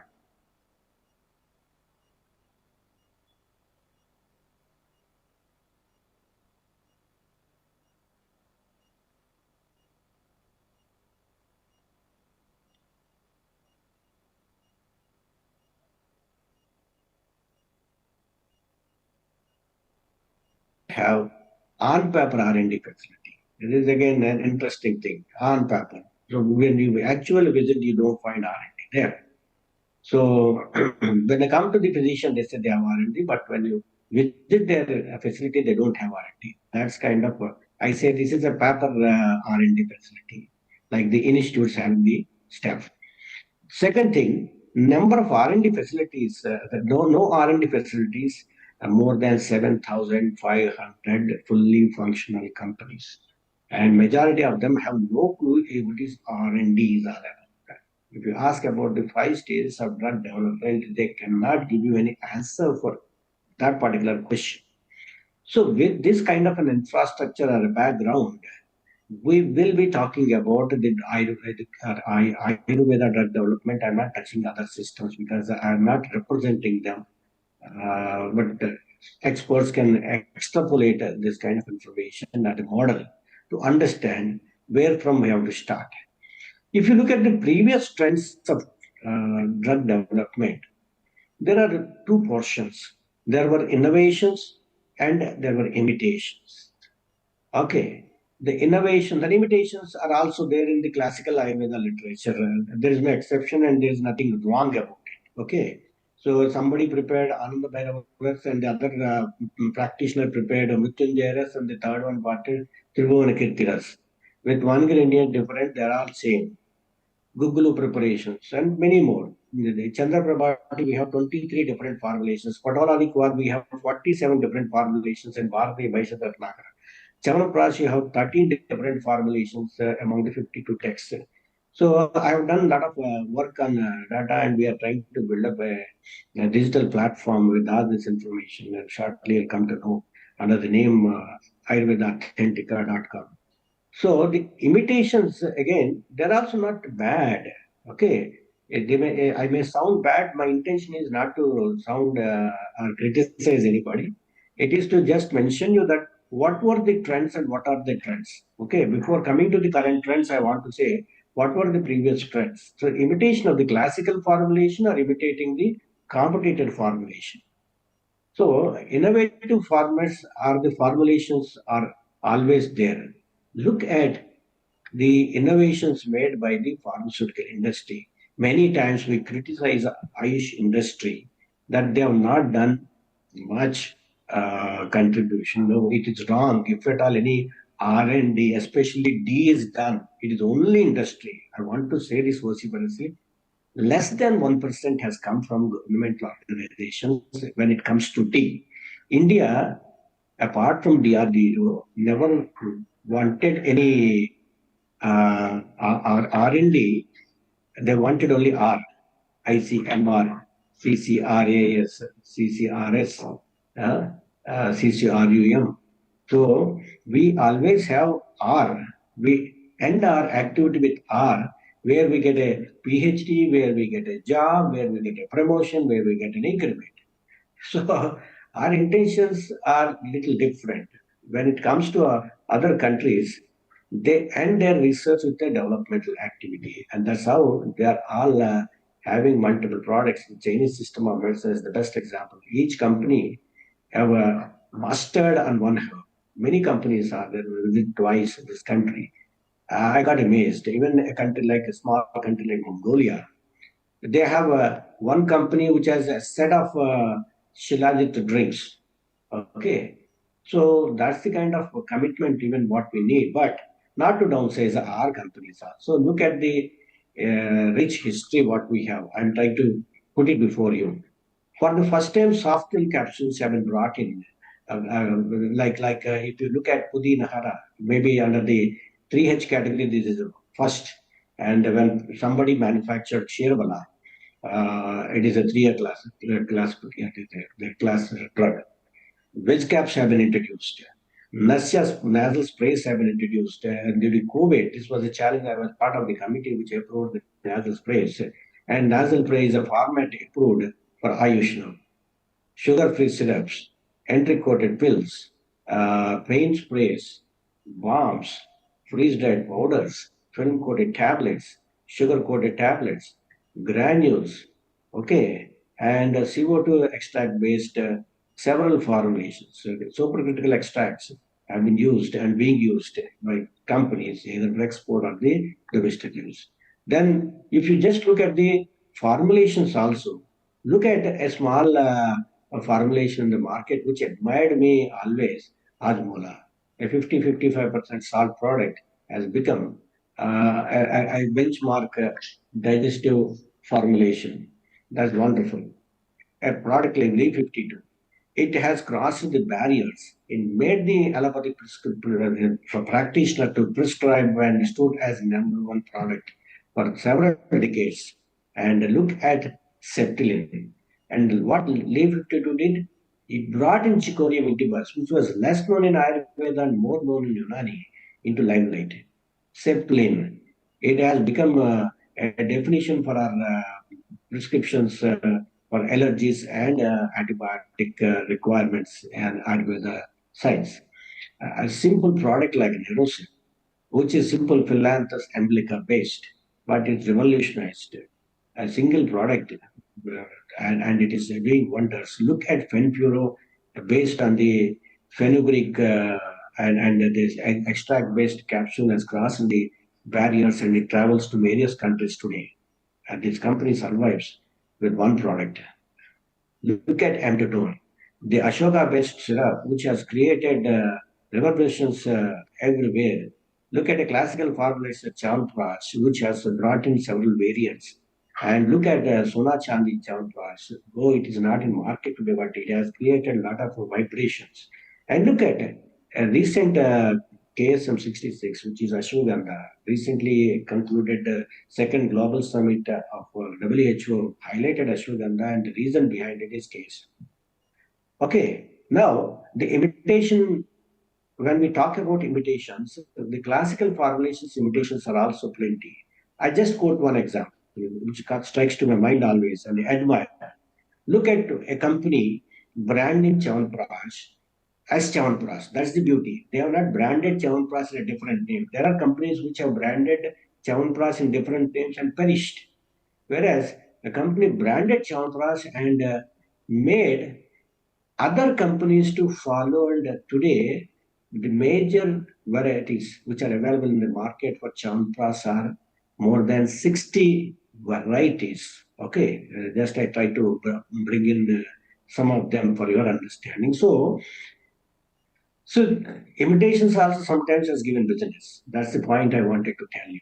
Okay, then the imitative formats and formulations are also very important from classical literature. If you look at the classical formulations, I was mentioning about one example, but there are plenty of other aspects also. Vati Gutka, today you see Kafkola, Kantila, and all those things. Avaleha, Ratnaprash, Chona, Chandi, Mini. Quadha, your cardiovascular syrup in our area in the South India, for protecting the cardiovascular endothelium. It is a big success. And Fanta, all your tea formats are Fanta based. And your churna, Kayam churna or Pachal churna, they're all churna based. And your Panaka, all syrups today like Nanari or rose syrups are all based on your ancient format.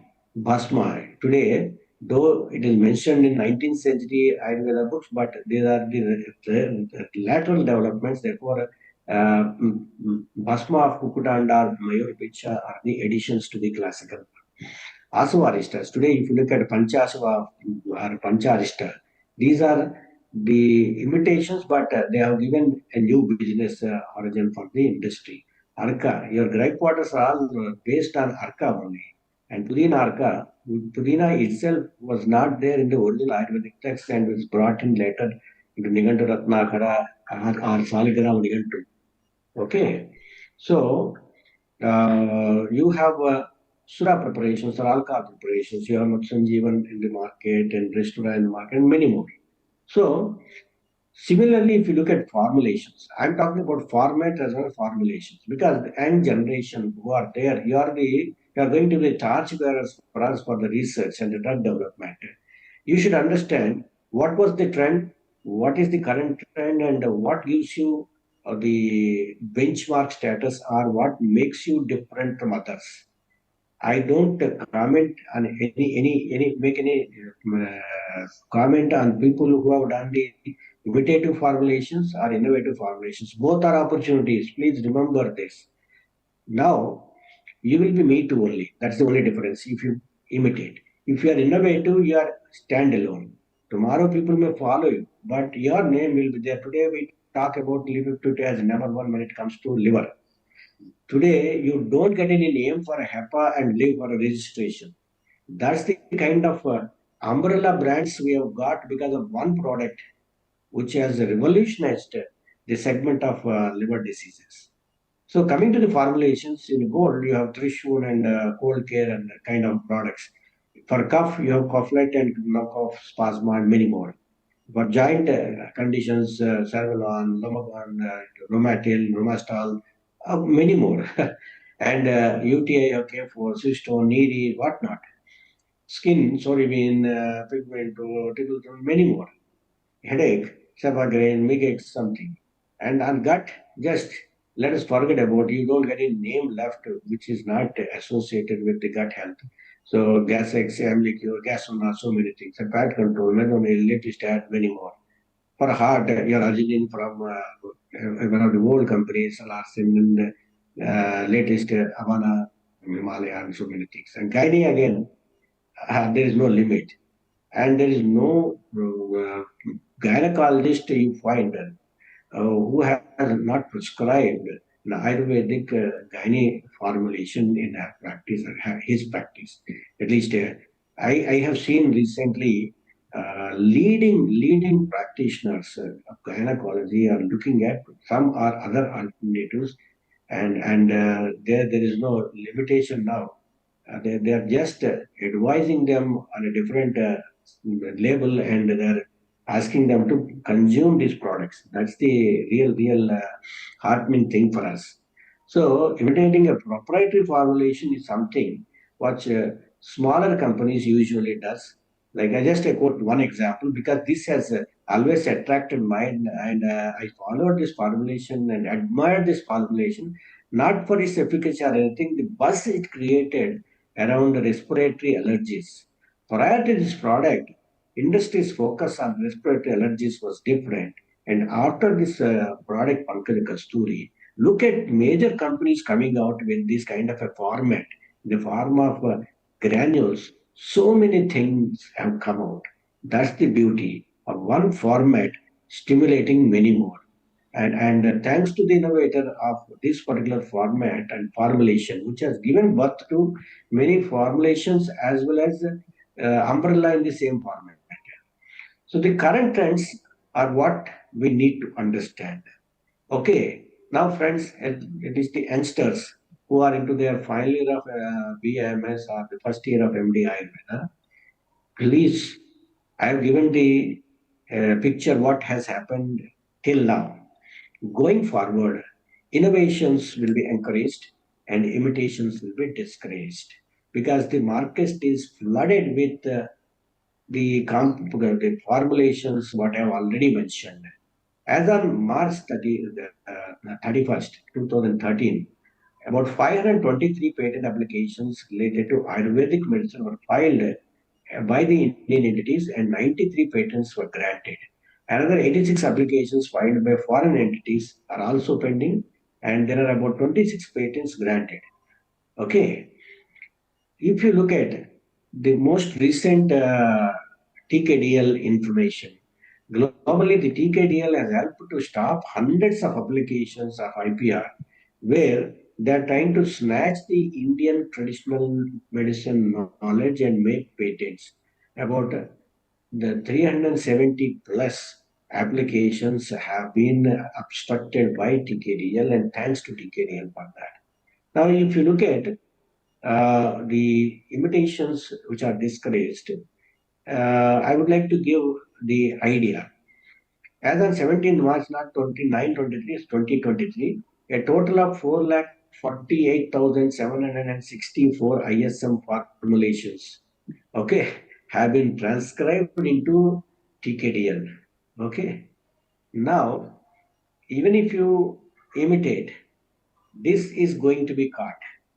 Earlier it was not there, and TKDL is going to open its license, are going to give an access to its library to the industry. Already a method has been given, and wider discussions are happening. I am also part of the deliberations last month, and we are trying to come out with a proper solution without what you call proliferating this information to the unwanted people. So any company, just by looking at the library, can catch hold of people who try to imitate. So the imitation time is going to end. Therefore, all the companies need to. Your existing licenses may not have any threat, but the upcoming licenses will be a problem. So this is the time where we need to open our eyes and look at real innovations. And the innovations are the drivers. Very few companies are having the innovation policy ready for them. And in India, I did not come across even one Ayush company which proudly says it has its innovation policy with them. If you don't have innovation policy, your future is just like any pretty ordinary third-rated MSME. Okay, so we need to understand this. That's the crux what I have with me, and based on TKDL evidences, so 283 formulations, and this is the latest information, have been either refused or amended or withdrawn, abandoned with the help of TKDL support by the Indian Patent Office. So I would like to draw your attention towards the innovative intermediates also. Look at ashwagandha extract patented in the name of KSM 66. Yesterday I was at Vijayawada where I was debating, and a person who was associated with this process was saying that it has touched almost 2,000 crores now. And few years back, I thought it's about 1,000 crore brand. But the intermediate is having more than 1,000 crores business, and one single herb ashwagandha is a great achievement. And to have a separate line in the HS code for you, the minimum requirement of the foreign trade or export is 100 crores. So maybe ashwagandha can get a separate HS code line for itself if we all try. And the Ayush Export Council should also look at it. And apart from that, you all know piperine, curcumin. We have registered, of course, the natural energy, which is a shilajit-based intermediate, and we participate in supply side best, and we have a company which is seeking about 100 metric tons a year.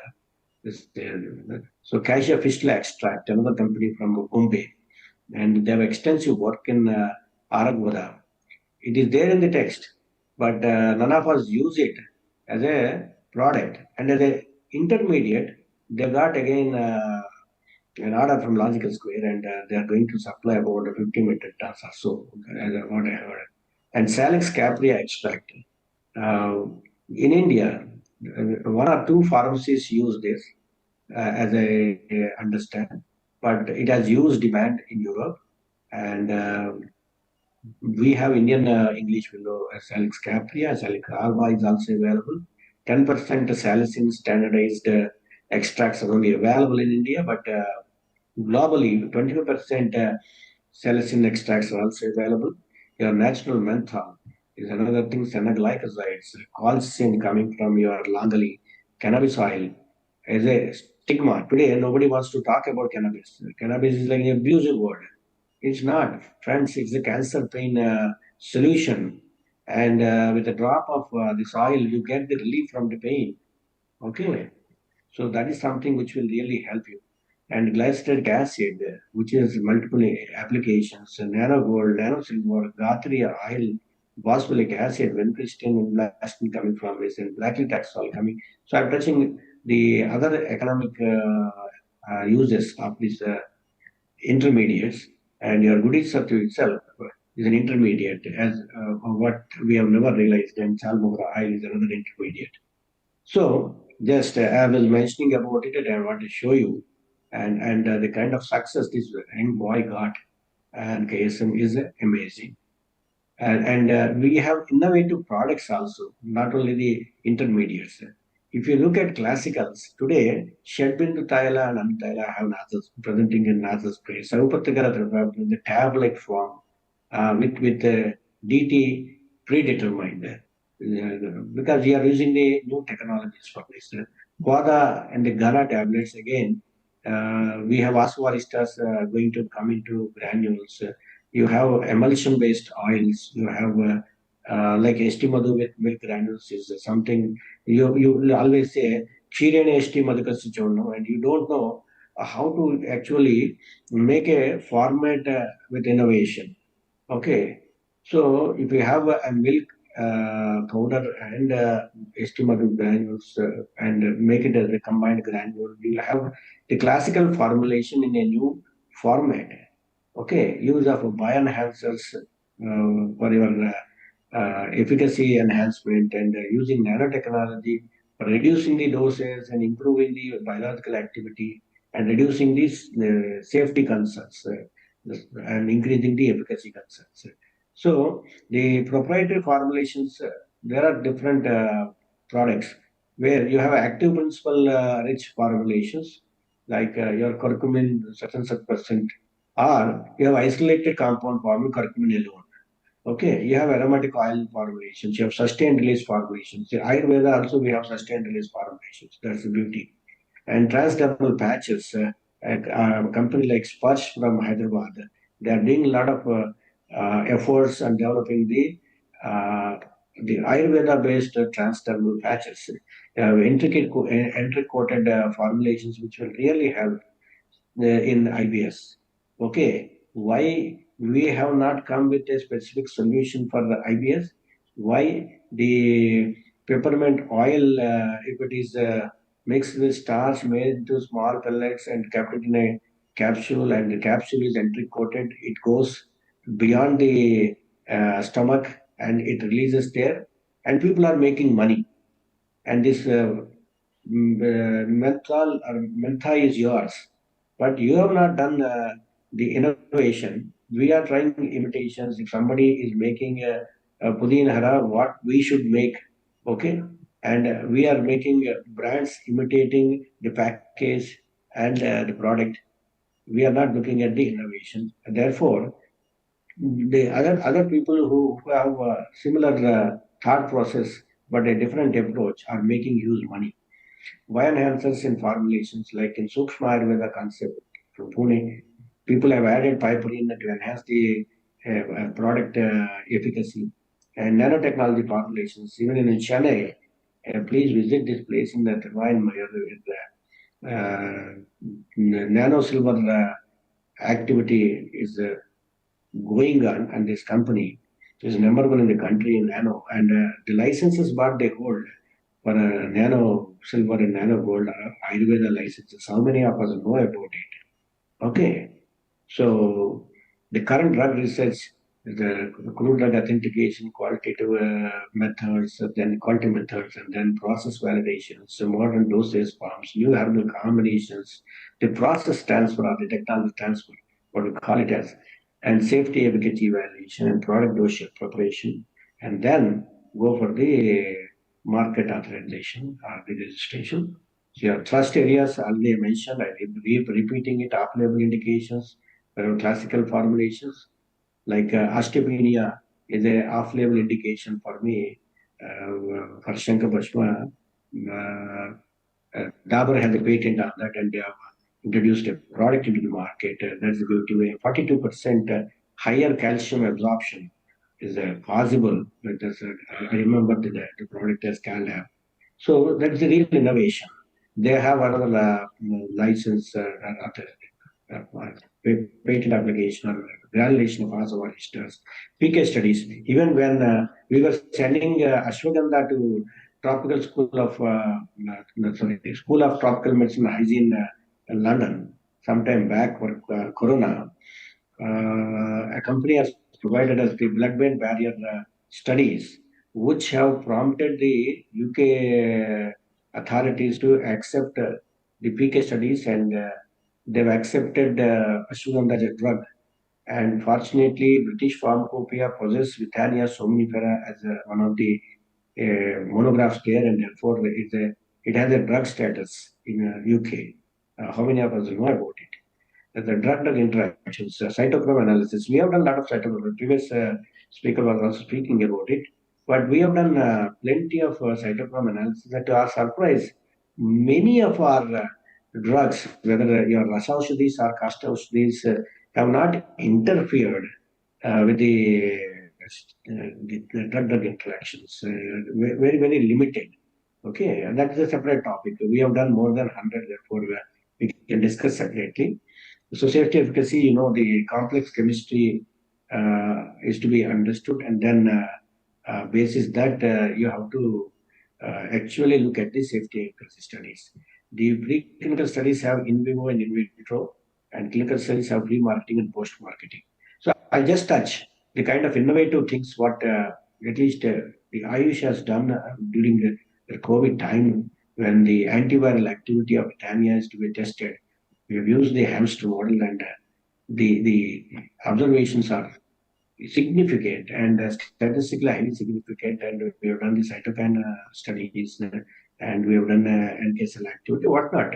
We have done a series of activities and found that this particular Ashwagandha, when you have studied, due to paucity of time, just I'll skip some of these things. The presentation will be available for the organizers, and you can take it from them.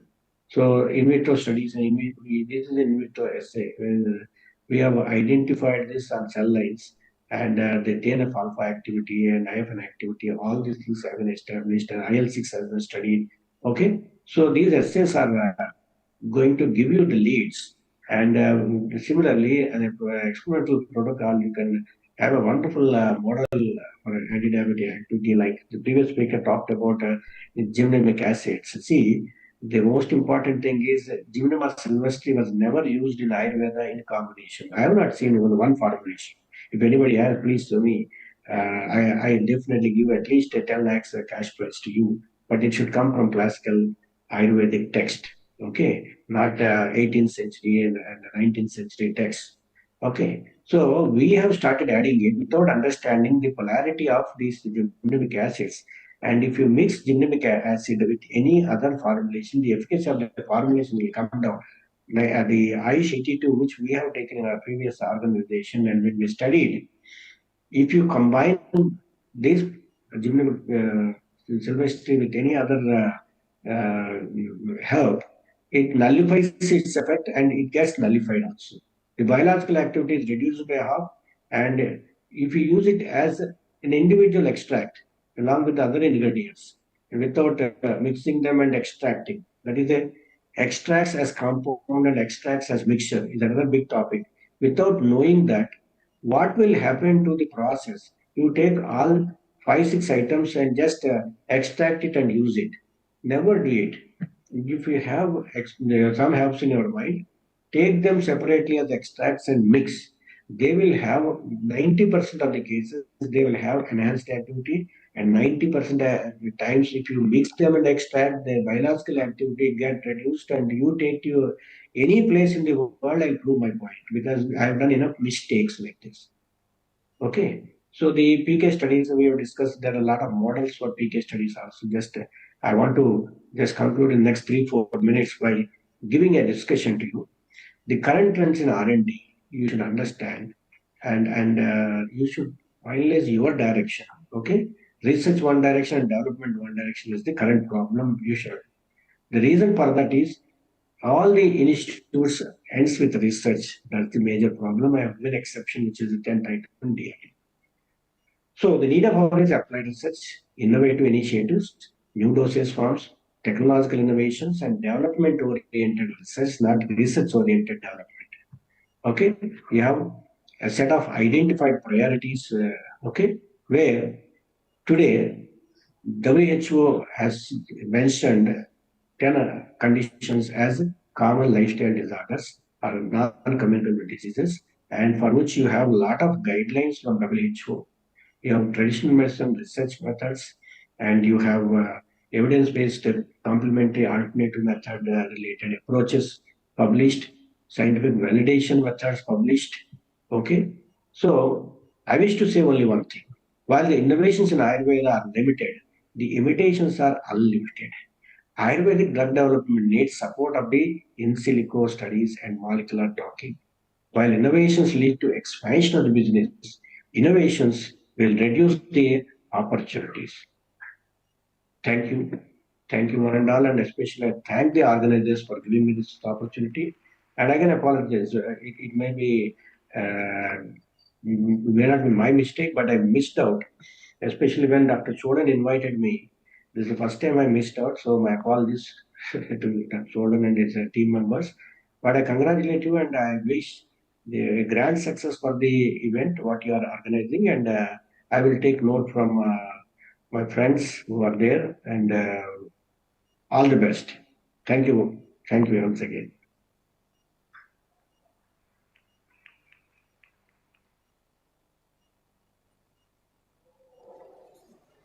We sincerely thank Dr. Shastri sir for a scholarly and insightful presentation. I now take this opportunity to warmly welcome our esteemed chairperson for the session, Dr. Roshni KP, and invite her to share her valuable insights on the world's wisdom and on this topic.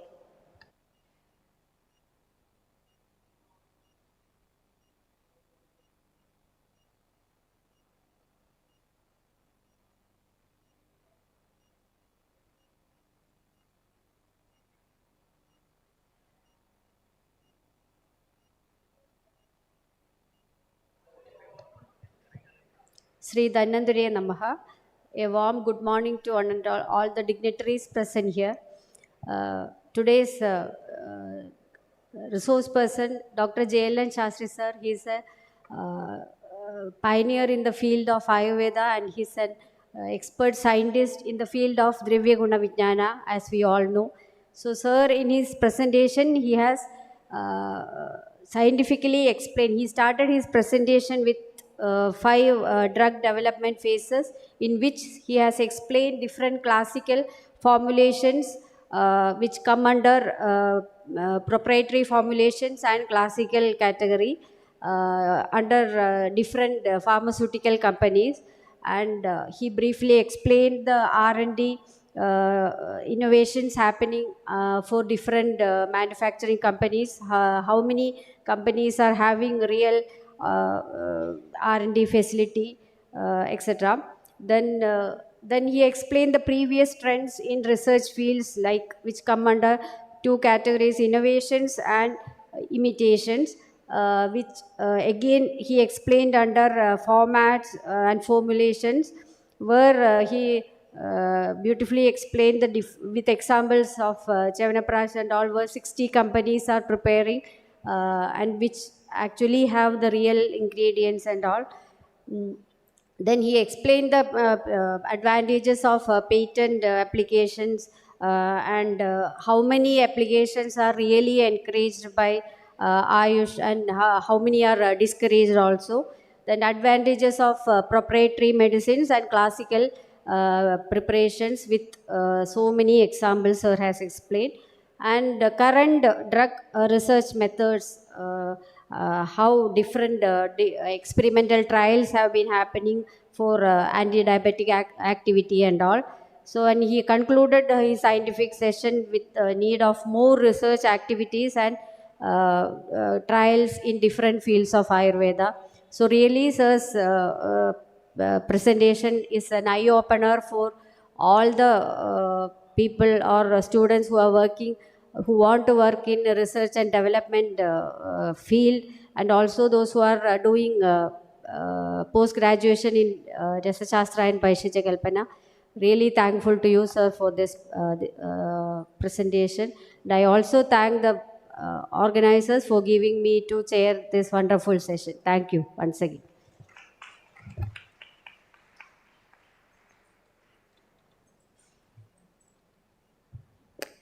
To express our heartfelt gratitude for such warm words, I cordially invite our dignitaries on the stage, Dr. Veronica Nicolai ma'am and Dr. Shivakumar sir, to kindly felicitate our esteemed speaker, Dr. Roshni KP, and present the certificate and memento.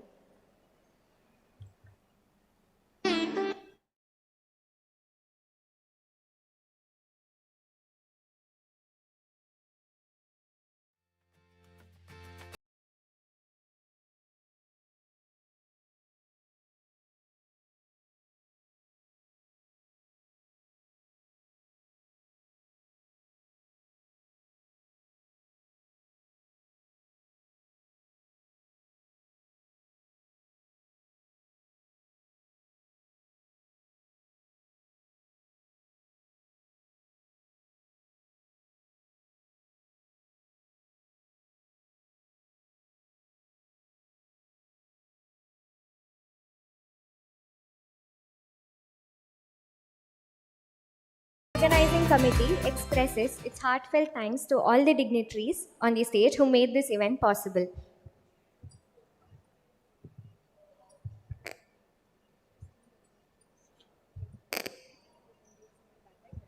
We request all the dignitaries and the delegates to take the high tea organized and rejoin us by 12:30.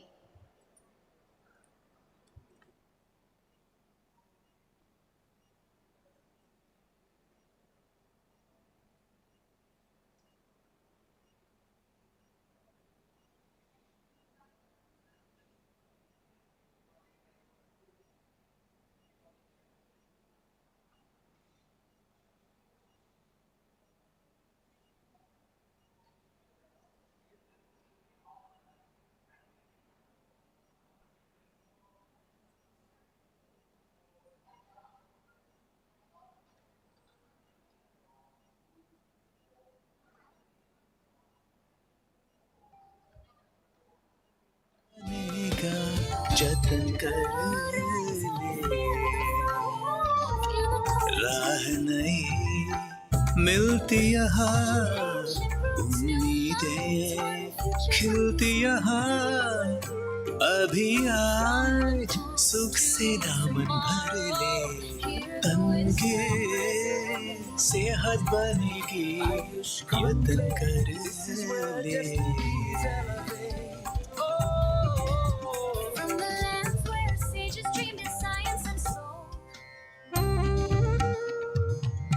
This place is something so close to my heart. Now I'm happy, thanks to Kana Wellness. My experience here is life-changing. This is my new home. Thanks, Kana Wellness.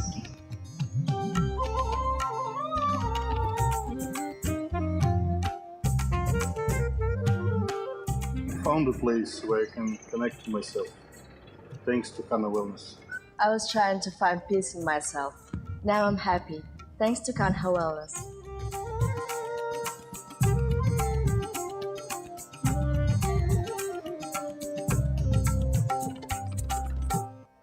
I teach yoga for basic and advanced teachers training course.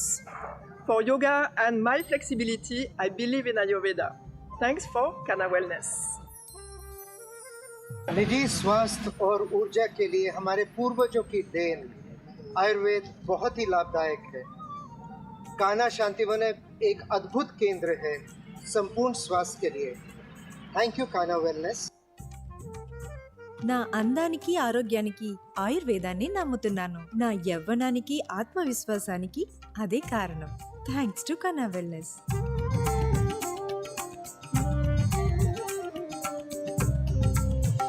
Kana Wellness, Prasanna Atmendriya Manaha, in association with Shreevarma, Kerala Ayurveda and Horticulture at Kana Sandivanam, Hyderabad, Telangana. தன்கேதம் ஒரு பொக்கிஷம் நம் ஆயுள் நீட்டக்கம் அற்புதம் Dr. Shreevarma's அறுவை சிகிச்சையில் குணம் இது ஆயுட்கால நிவாரணம் டாக்டர் ஸ்ரீவர்மாஸ் அனைத்து நோய்களுக்குமான குணம், அழகு தரும் மூலிகைகள், ஆரோக்கியம் தரும் மருத்துவர்கள். டாக்டர் ஸ்ரீவர்மாஸ் ஆரோக்கியமும் ஆன்மீகமும். ஆயுள்கே ஆரோக்கியம் அனுதினமு మనసే వికసించే ప్రతిక్షణము నమ్మకమే మన సొంతం జీవితమే ప్రశాంతం ఇకపై సర్వం సుఖమయము పెరిగే ఆరోగ్యం అనుదినము.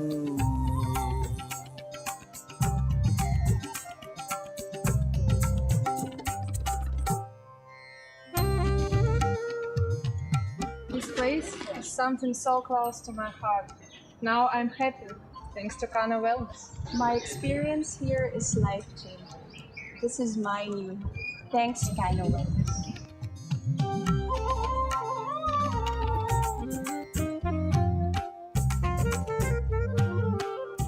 found a place where I can connect to myself, thanks to Kana Wellness. I was trying to find peace in myself. Now I'm happy, thanks to Kanha Wellness.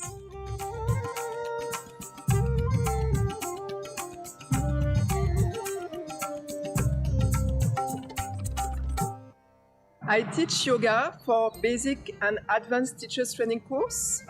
For yoga and my flexibility, I believe in Ayurveda.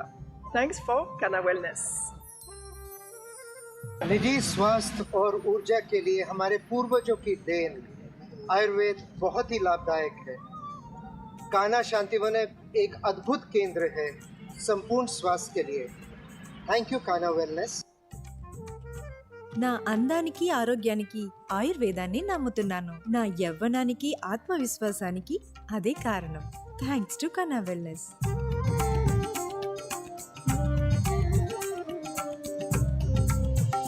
Kana Wellness, Prasanna Atmendriya Manaha, in association with Shreevarma, Kerala Ayurveda and Horticulture at Kana Sandivanam, Hyderabad, Telangana.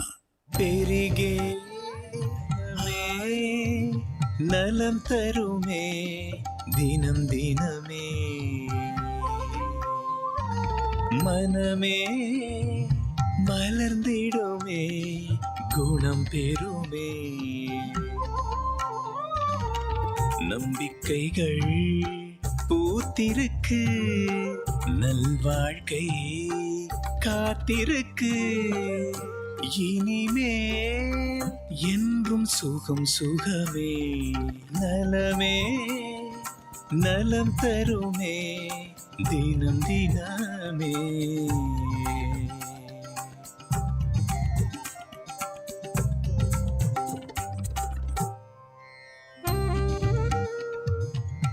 This place is something so close to my heart. Now I'm happy, thanks to Kana Wellness. My experience here is life-changing. This is my new home. Thanks, Kana Wellness.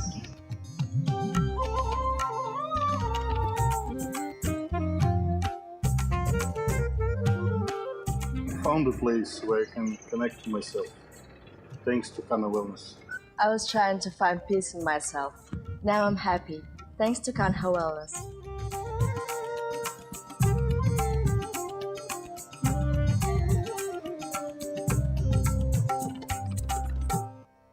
I teach yoga for basic and advanced teachers training course.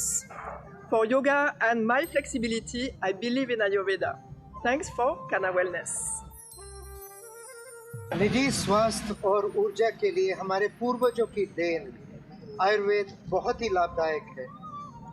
Kanha Shantivan एक अद्भुत केंद्र है संपूर्ण स्वास्थ्य के लिए। Thank you Kanha wellness. என்னோட அழகுக்கும் ஆரோக்கியத்துக்கும் ஆயுர்வேதத்தை தான் நான் நம்புறேன். என்னோட இளமைக்கும் தன்னம்பிக்கைக்கும் இதுதான் காரணம். Thanks to Khanna wellness.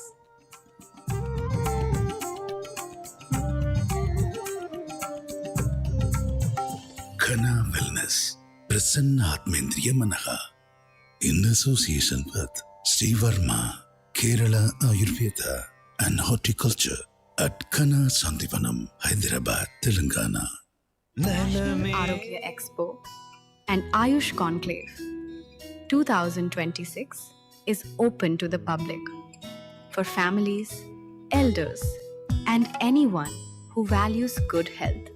Begin each day with yoga and meditation for body, mind, and balance, creating awareness, encouraging early care, and supporting women's health. Free Ayush consultations, along with free medicines, guided by experienced doctors. Simple, practical preventive guidance for healthier, everyday living. Natural, time-tested, holistic wellness, where health begins the natural way. An open invitation to experience health the natural way. The National Arogya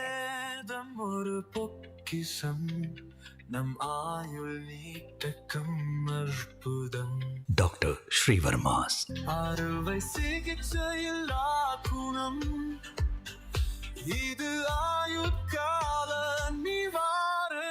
doctor Srivarma's அனைத்து நோய்களுக்குமான குணம், அழகு தரும் மூலிகைகள், ஆரோக்கியம் தரும் மருத்துவர்கள். Doctor Srivarma's ஆரோக்கியமும் ஆன்மீகமும். आयुर्गे सेहत बनेगी यतन कर ले, मन भी चमन बनेगा जतन कर ले, राह नई मिलती यहाँ उम्मीदें खिलती यहाँ, अभी आज सुख से दामन भर ले, तन के सेहत बनेगी यतन कर ले.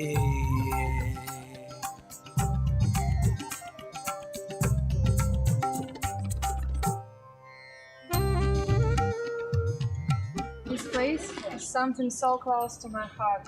Now I'm happy, thanks to Kana Wellness. My experience here is life-changing. This is my new home. Thanks, Kana Wellness.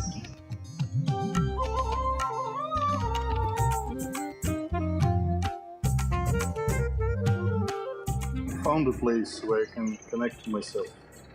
Thanks to Kana Wellness. I was trying to find peace in myself. Now I'm happy, thanks to Kanha Wellness.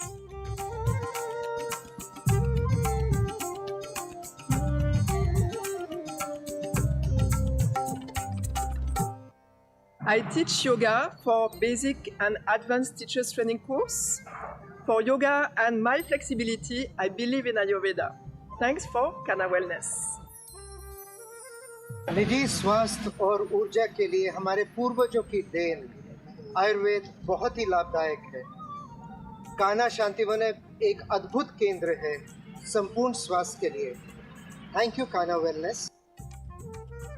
నా అందానికి ఆరోగ్యానికి ఆయుర్వేదాన్ని నమ్ముతున్నాను. నా యవ్వనానికి ఆత్మవిశ్వాసానికి అదే కారణం. Thanks to కన్నా wellness.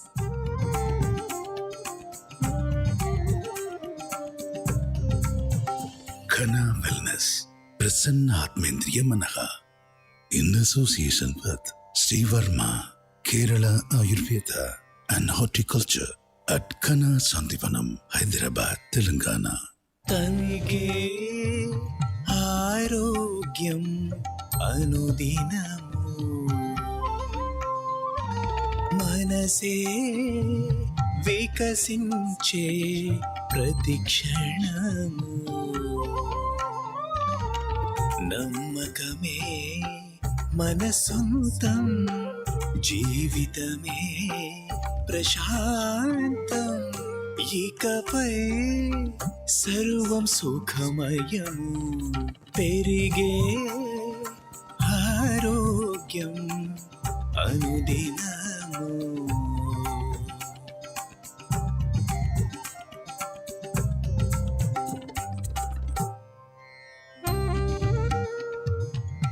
This place is something so close to my heart. Now I'm happy, thanks to Kana Wellness. My experience here is life-changing. This is my new home. Thanks, Kana Wellness.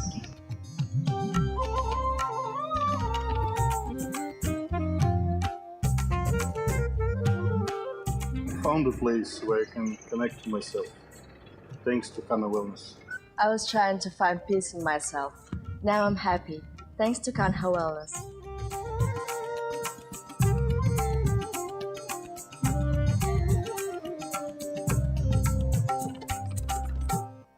I teach yoga for basic and advanced teachers training course. For yoga and my flexibility, I believe in Ayurveda. Thanks for Kana Wellness. निजी स्वास्थ्य और ऊर्जा के लिए हमारे पूर्वजों की then Ayurveda बहुत ही लाभदायक है. कान्हा शांतिवन एक अद्भुत केंद्र है संपूर्ण स्वास्थ्य के लिए. Thank you Kanha wellness.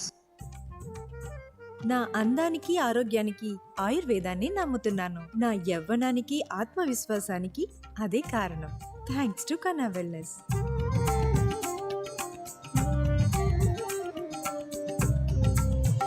Kana Wellness, Prasanna Atmendriya Manaha, in association with Shreevarma, Kerala Ayurveda and Horticulture at Kana Santivanam, Hyderabad, Telangana.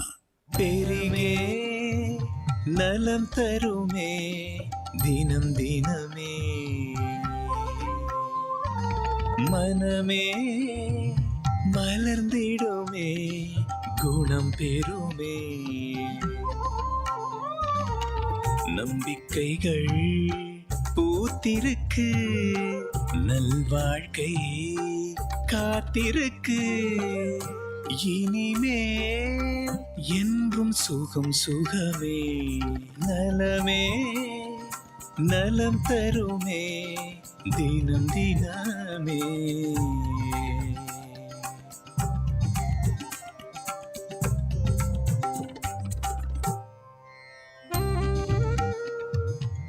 This place is something so close to my heart.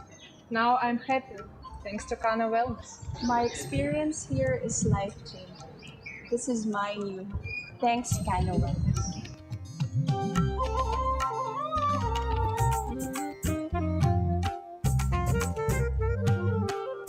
Found a place where I can connect to myself. Thanks to Kana Wellness. I was trying to find peace in myself. Now I'm happy, thanks to Kanha Wellness.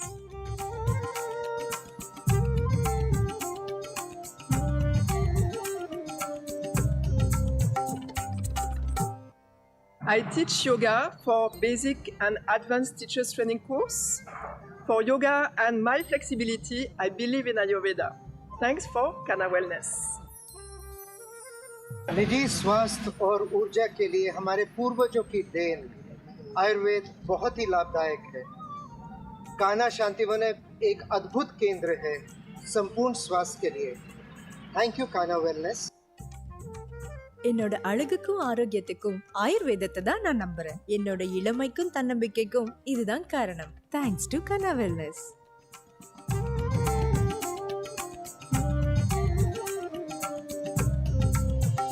Kana Wellness, Prasanna Atmendriya Manaha, in association with Shreevarma, Kerala Ayurveda and Horticulture at Kana Sandivanam, Hyderabad, Telangana.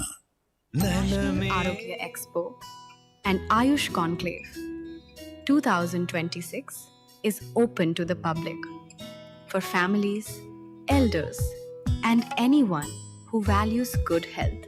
Begin each day with yoga and meditation for body, mind, and balance, creating awareness, encouraging early care, and supporting women's health.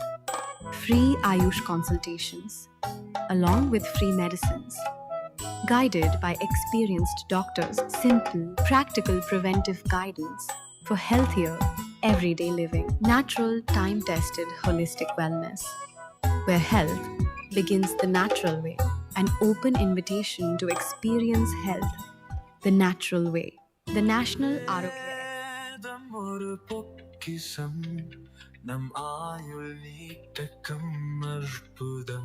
Dr. Shreevarma's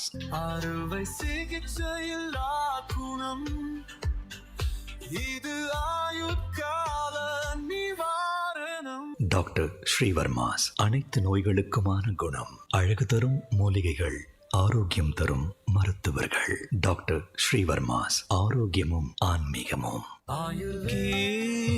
सेहत बनेगी यतन कर ले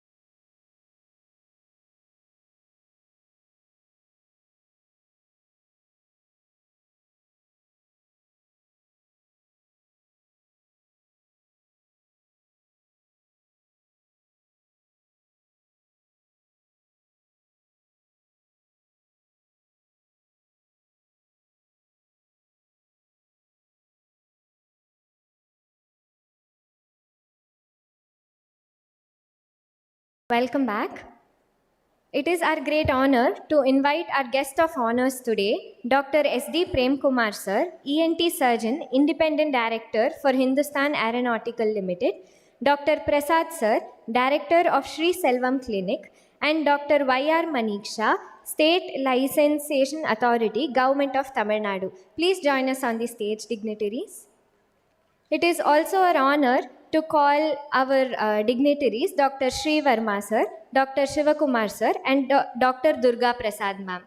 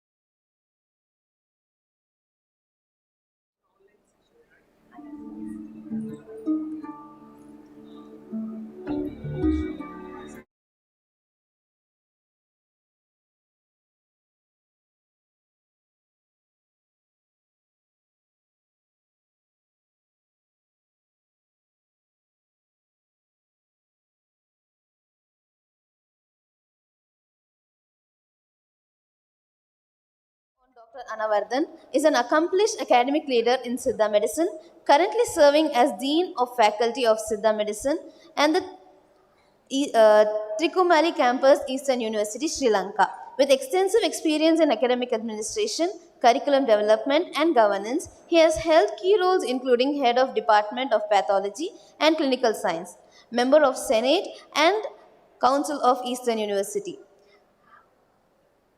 We now request Sir to take over.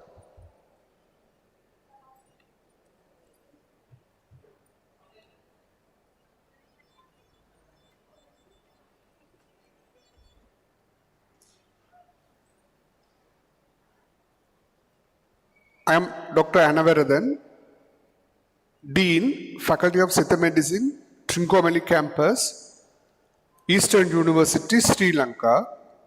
So I am basically, first my degree is a Siddha Medicine, it's a Bachelor of Siddha Medicine and Surgery. Then I complete my MPhil in Traditional Psychosocial Practices. Then only I worked with the HealthNet International for the country program and research coordinator for Amsterdam, Netherlands-based organization. After that, I joined with the university as an academician. After that, I did my MD in special medicine at National Institute of Siddha under the MGR Medical University. Now I am working as a senior lecturer grade 1 and also the Dean of the Faculty of Siddha Medicine, Trincomalee Campus, Eastern University, Sri Lanka. So I think it's enough my brief description of myself, and I warmly thanks to the organizing committee to invite me as one of the speaker, and I give my gratitude to the Ayush Conclave of India. So this is my presentation. I will share it.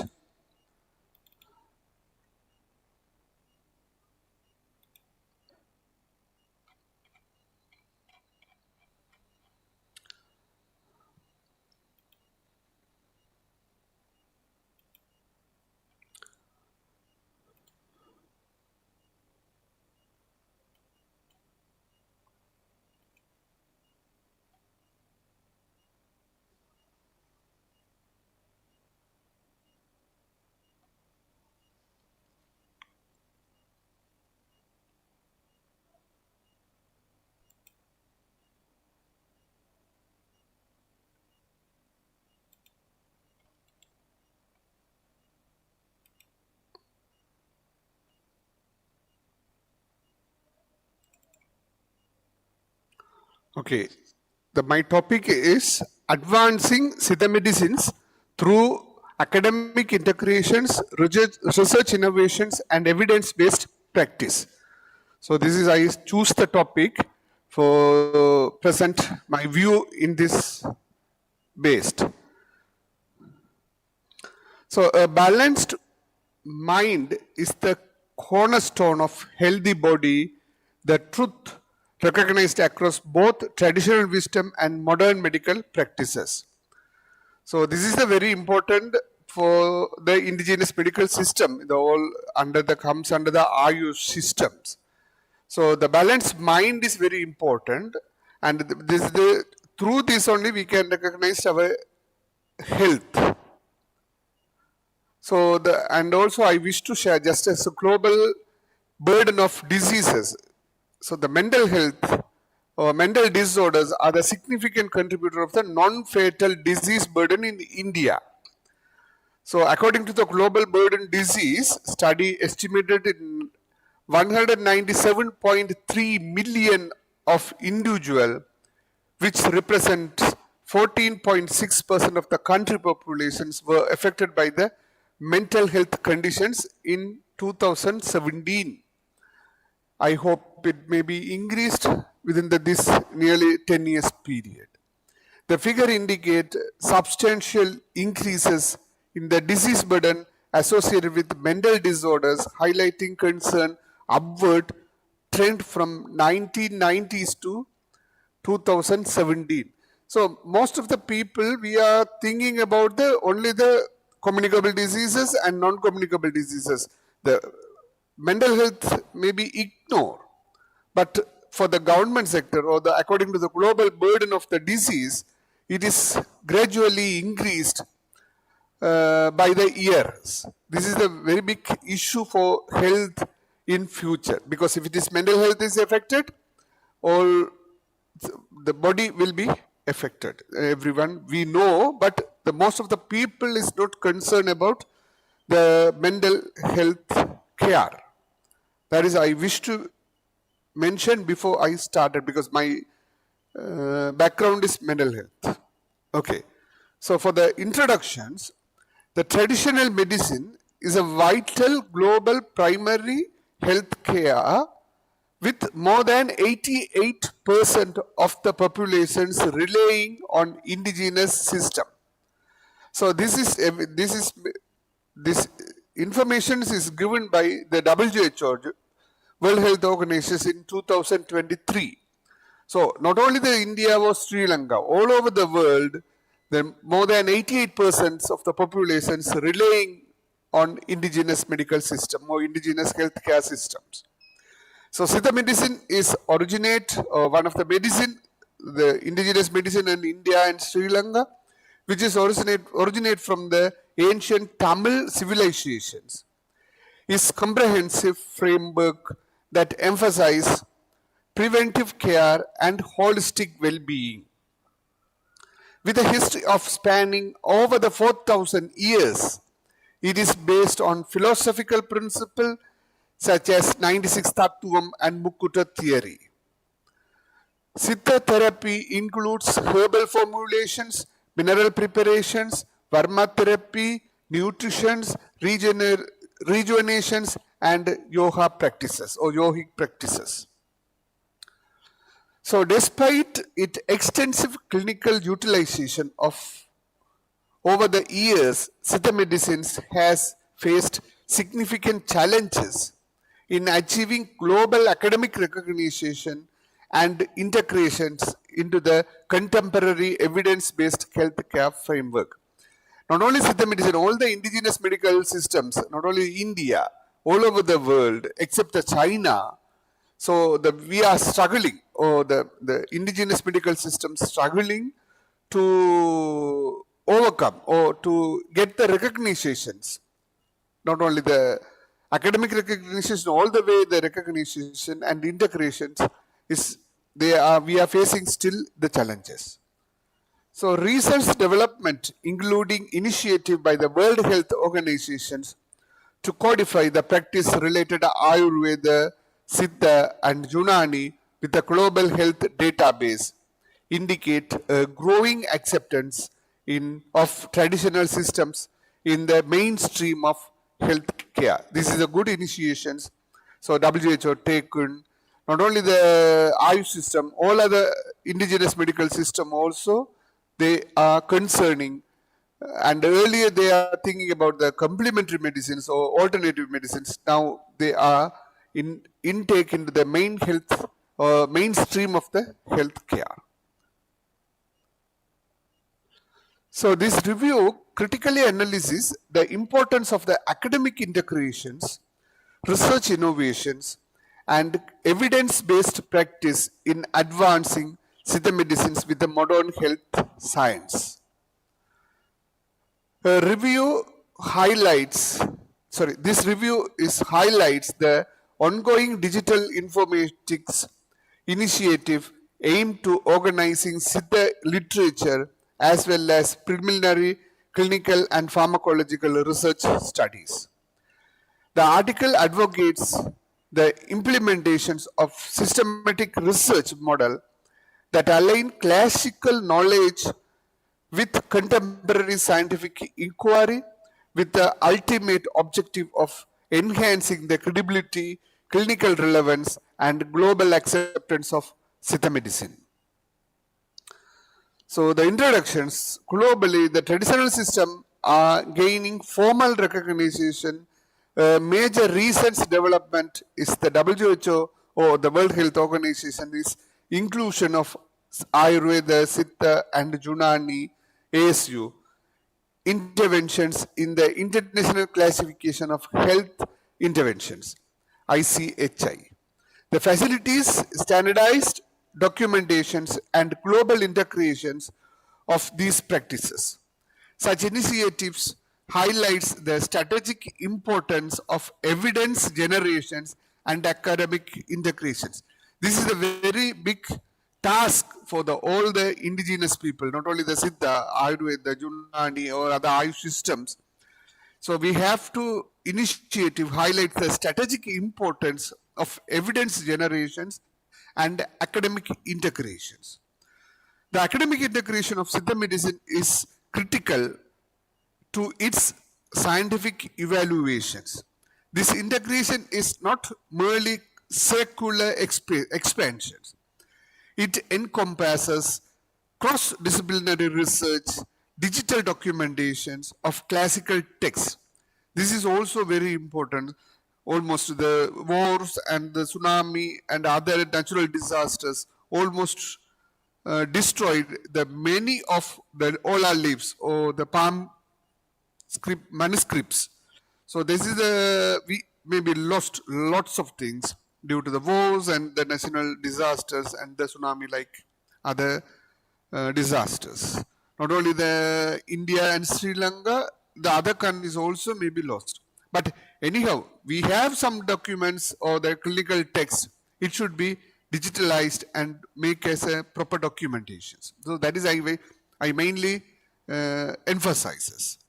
So the digital documentation of classical text, structured clinical studies. This is the next lack of part in the indigenous medical system, structured clinical studies. That is also we have to improve. And also evidence-based validations using contemporary methodologies. The allopathy is go very fast because they are using the structural clinical studies and evidence-based validations. And also they have very clear text-based educations. So that is also we have to develop not only the Siddha and all the indigenous medical system or Ayush medical systems.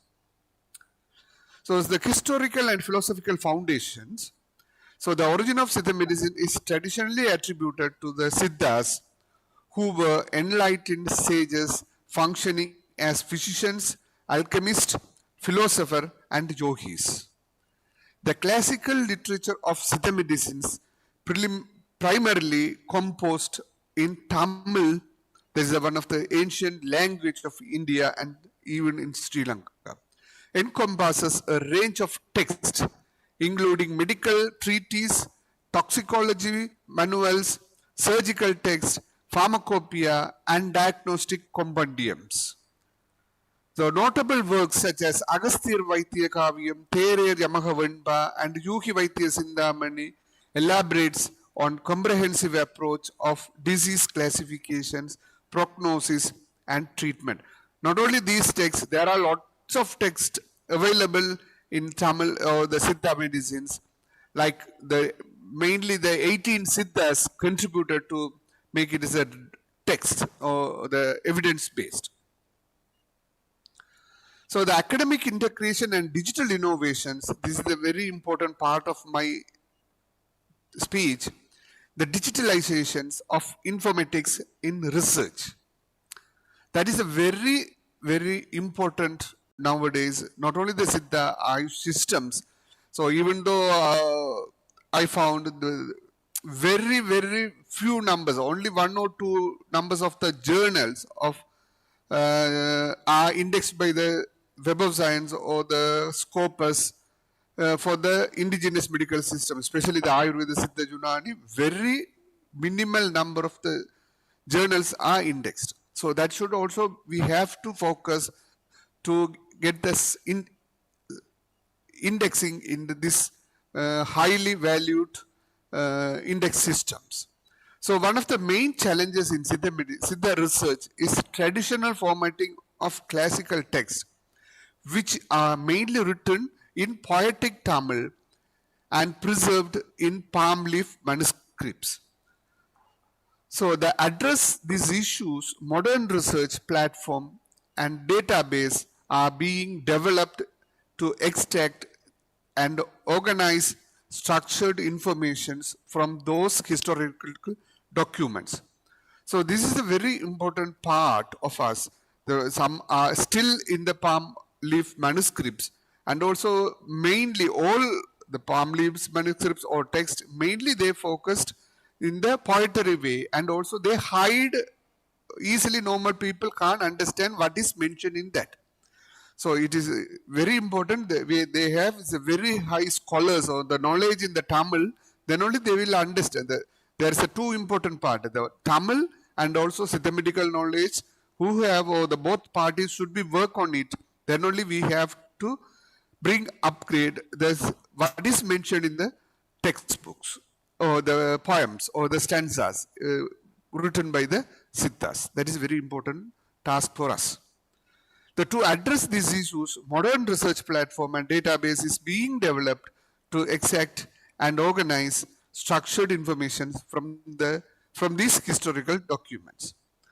The significant recent advancement of the expert system for Siddha, ESS, which used database management and machine learning techniques to annotate classical prescriptions and enable computational analysis. That is the important part. Maybe another 5 years, 10 years, the allopathy medicines maybe comes under the AI take over that part for the allopathy medicines. ChatGPT or Genova or any other future AI will take over. So you also heard about the history in India, more than 2,000 kilometers far away, the surgeon done the surgery in another places. So these are the techniques in the allopathy medicines goes into the digital or AI technique.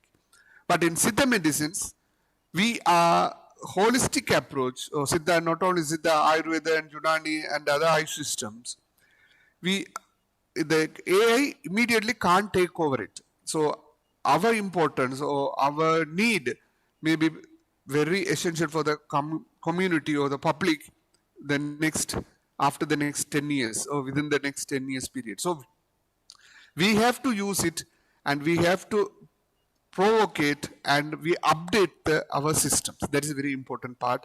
And also we have to, in future, after 15 or 10 years, we also need to go into the AI and digital formalization, so digital systems. That is a very important part. So the academic journal and institutional platform, this is the second part.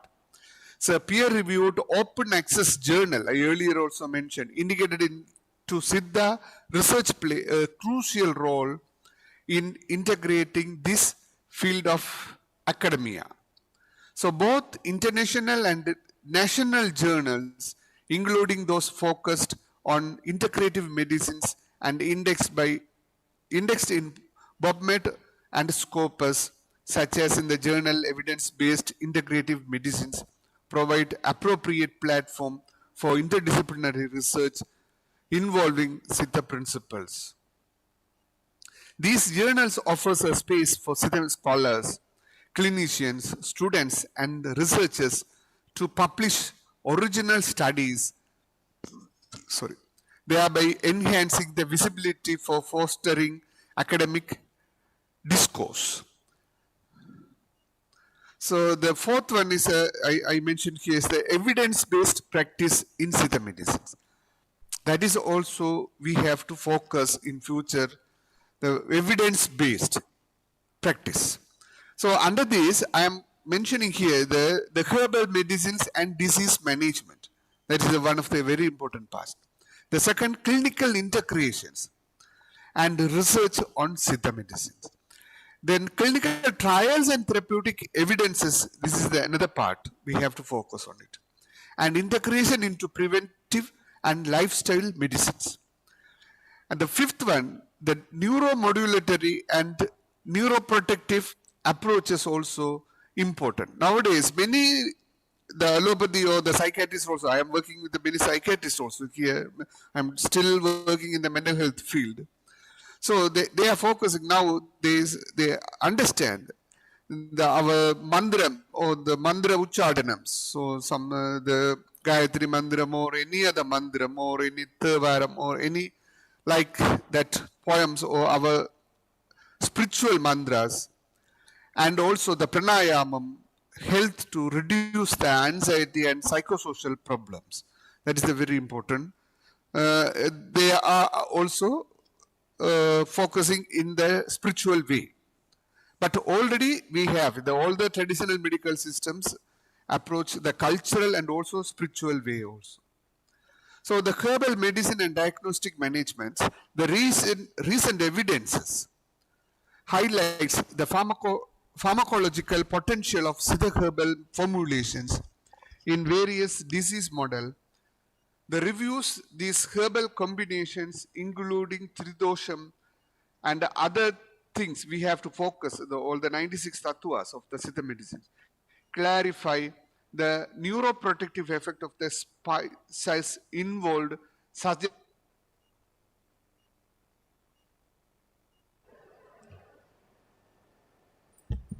We extend the sincere appreciation to Dr. Anavardhan for the informative scientific session.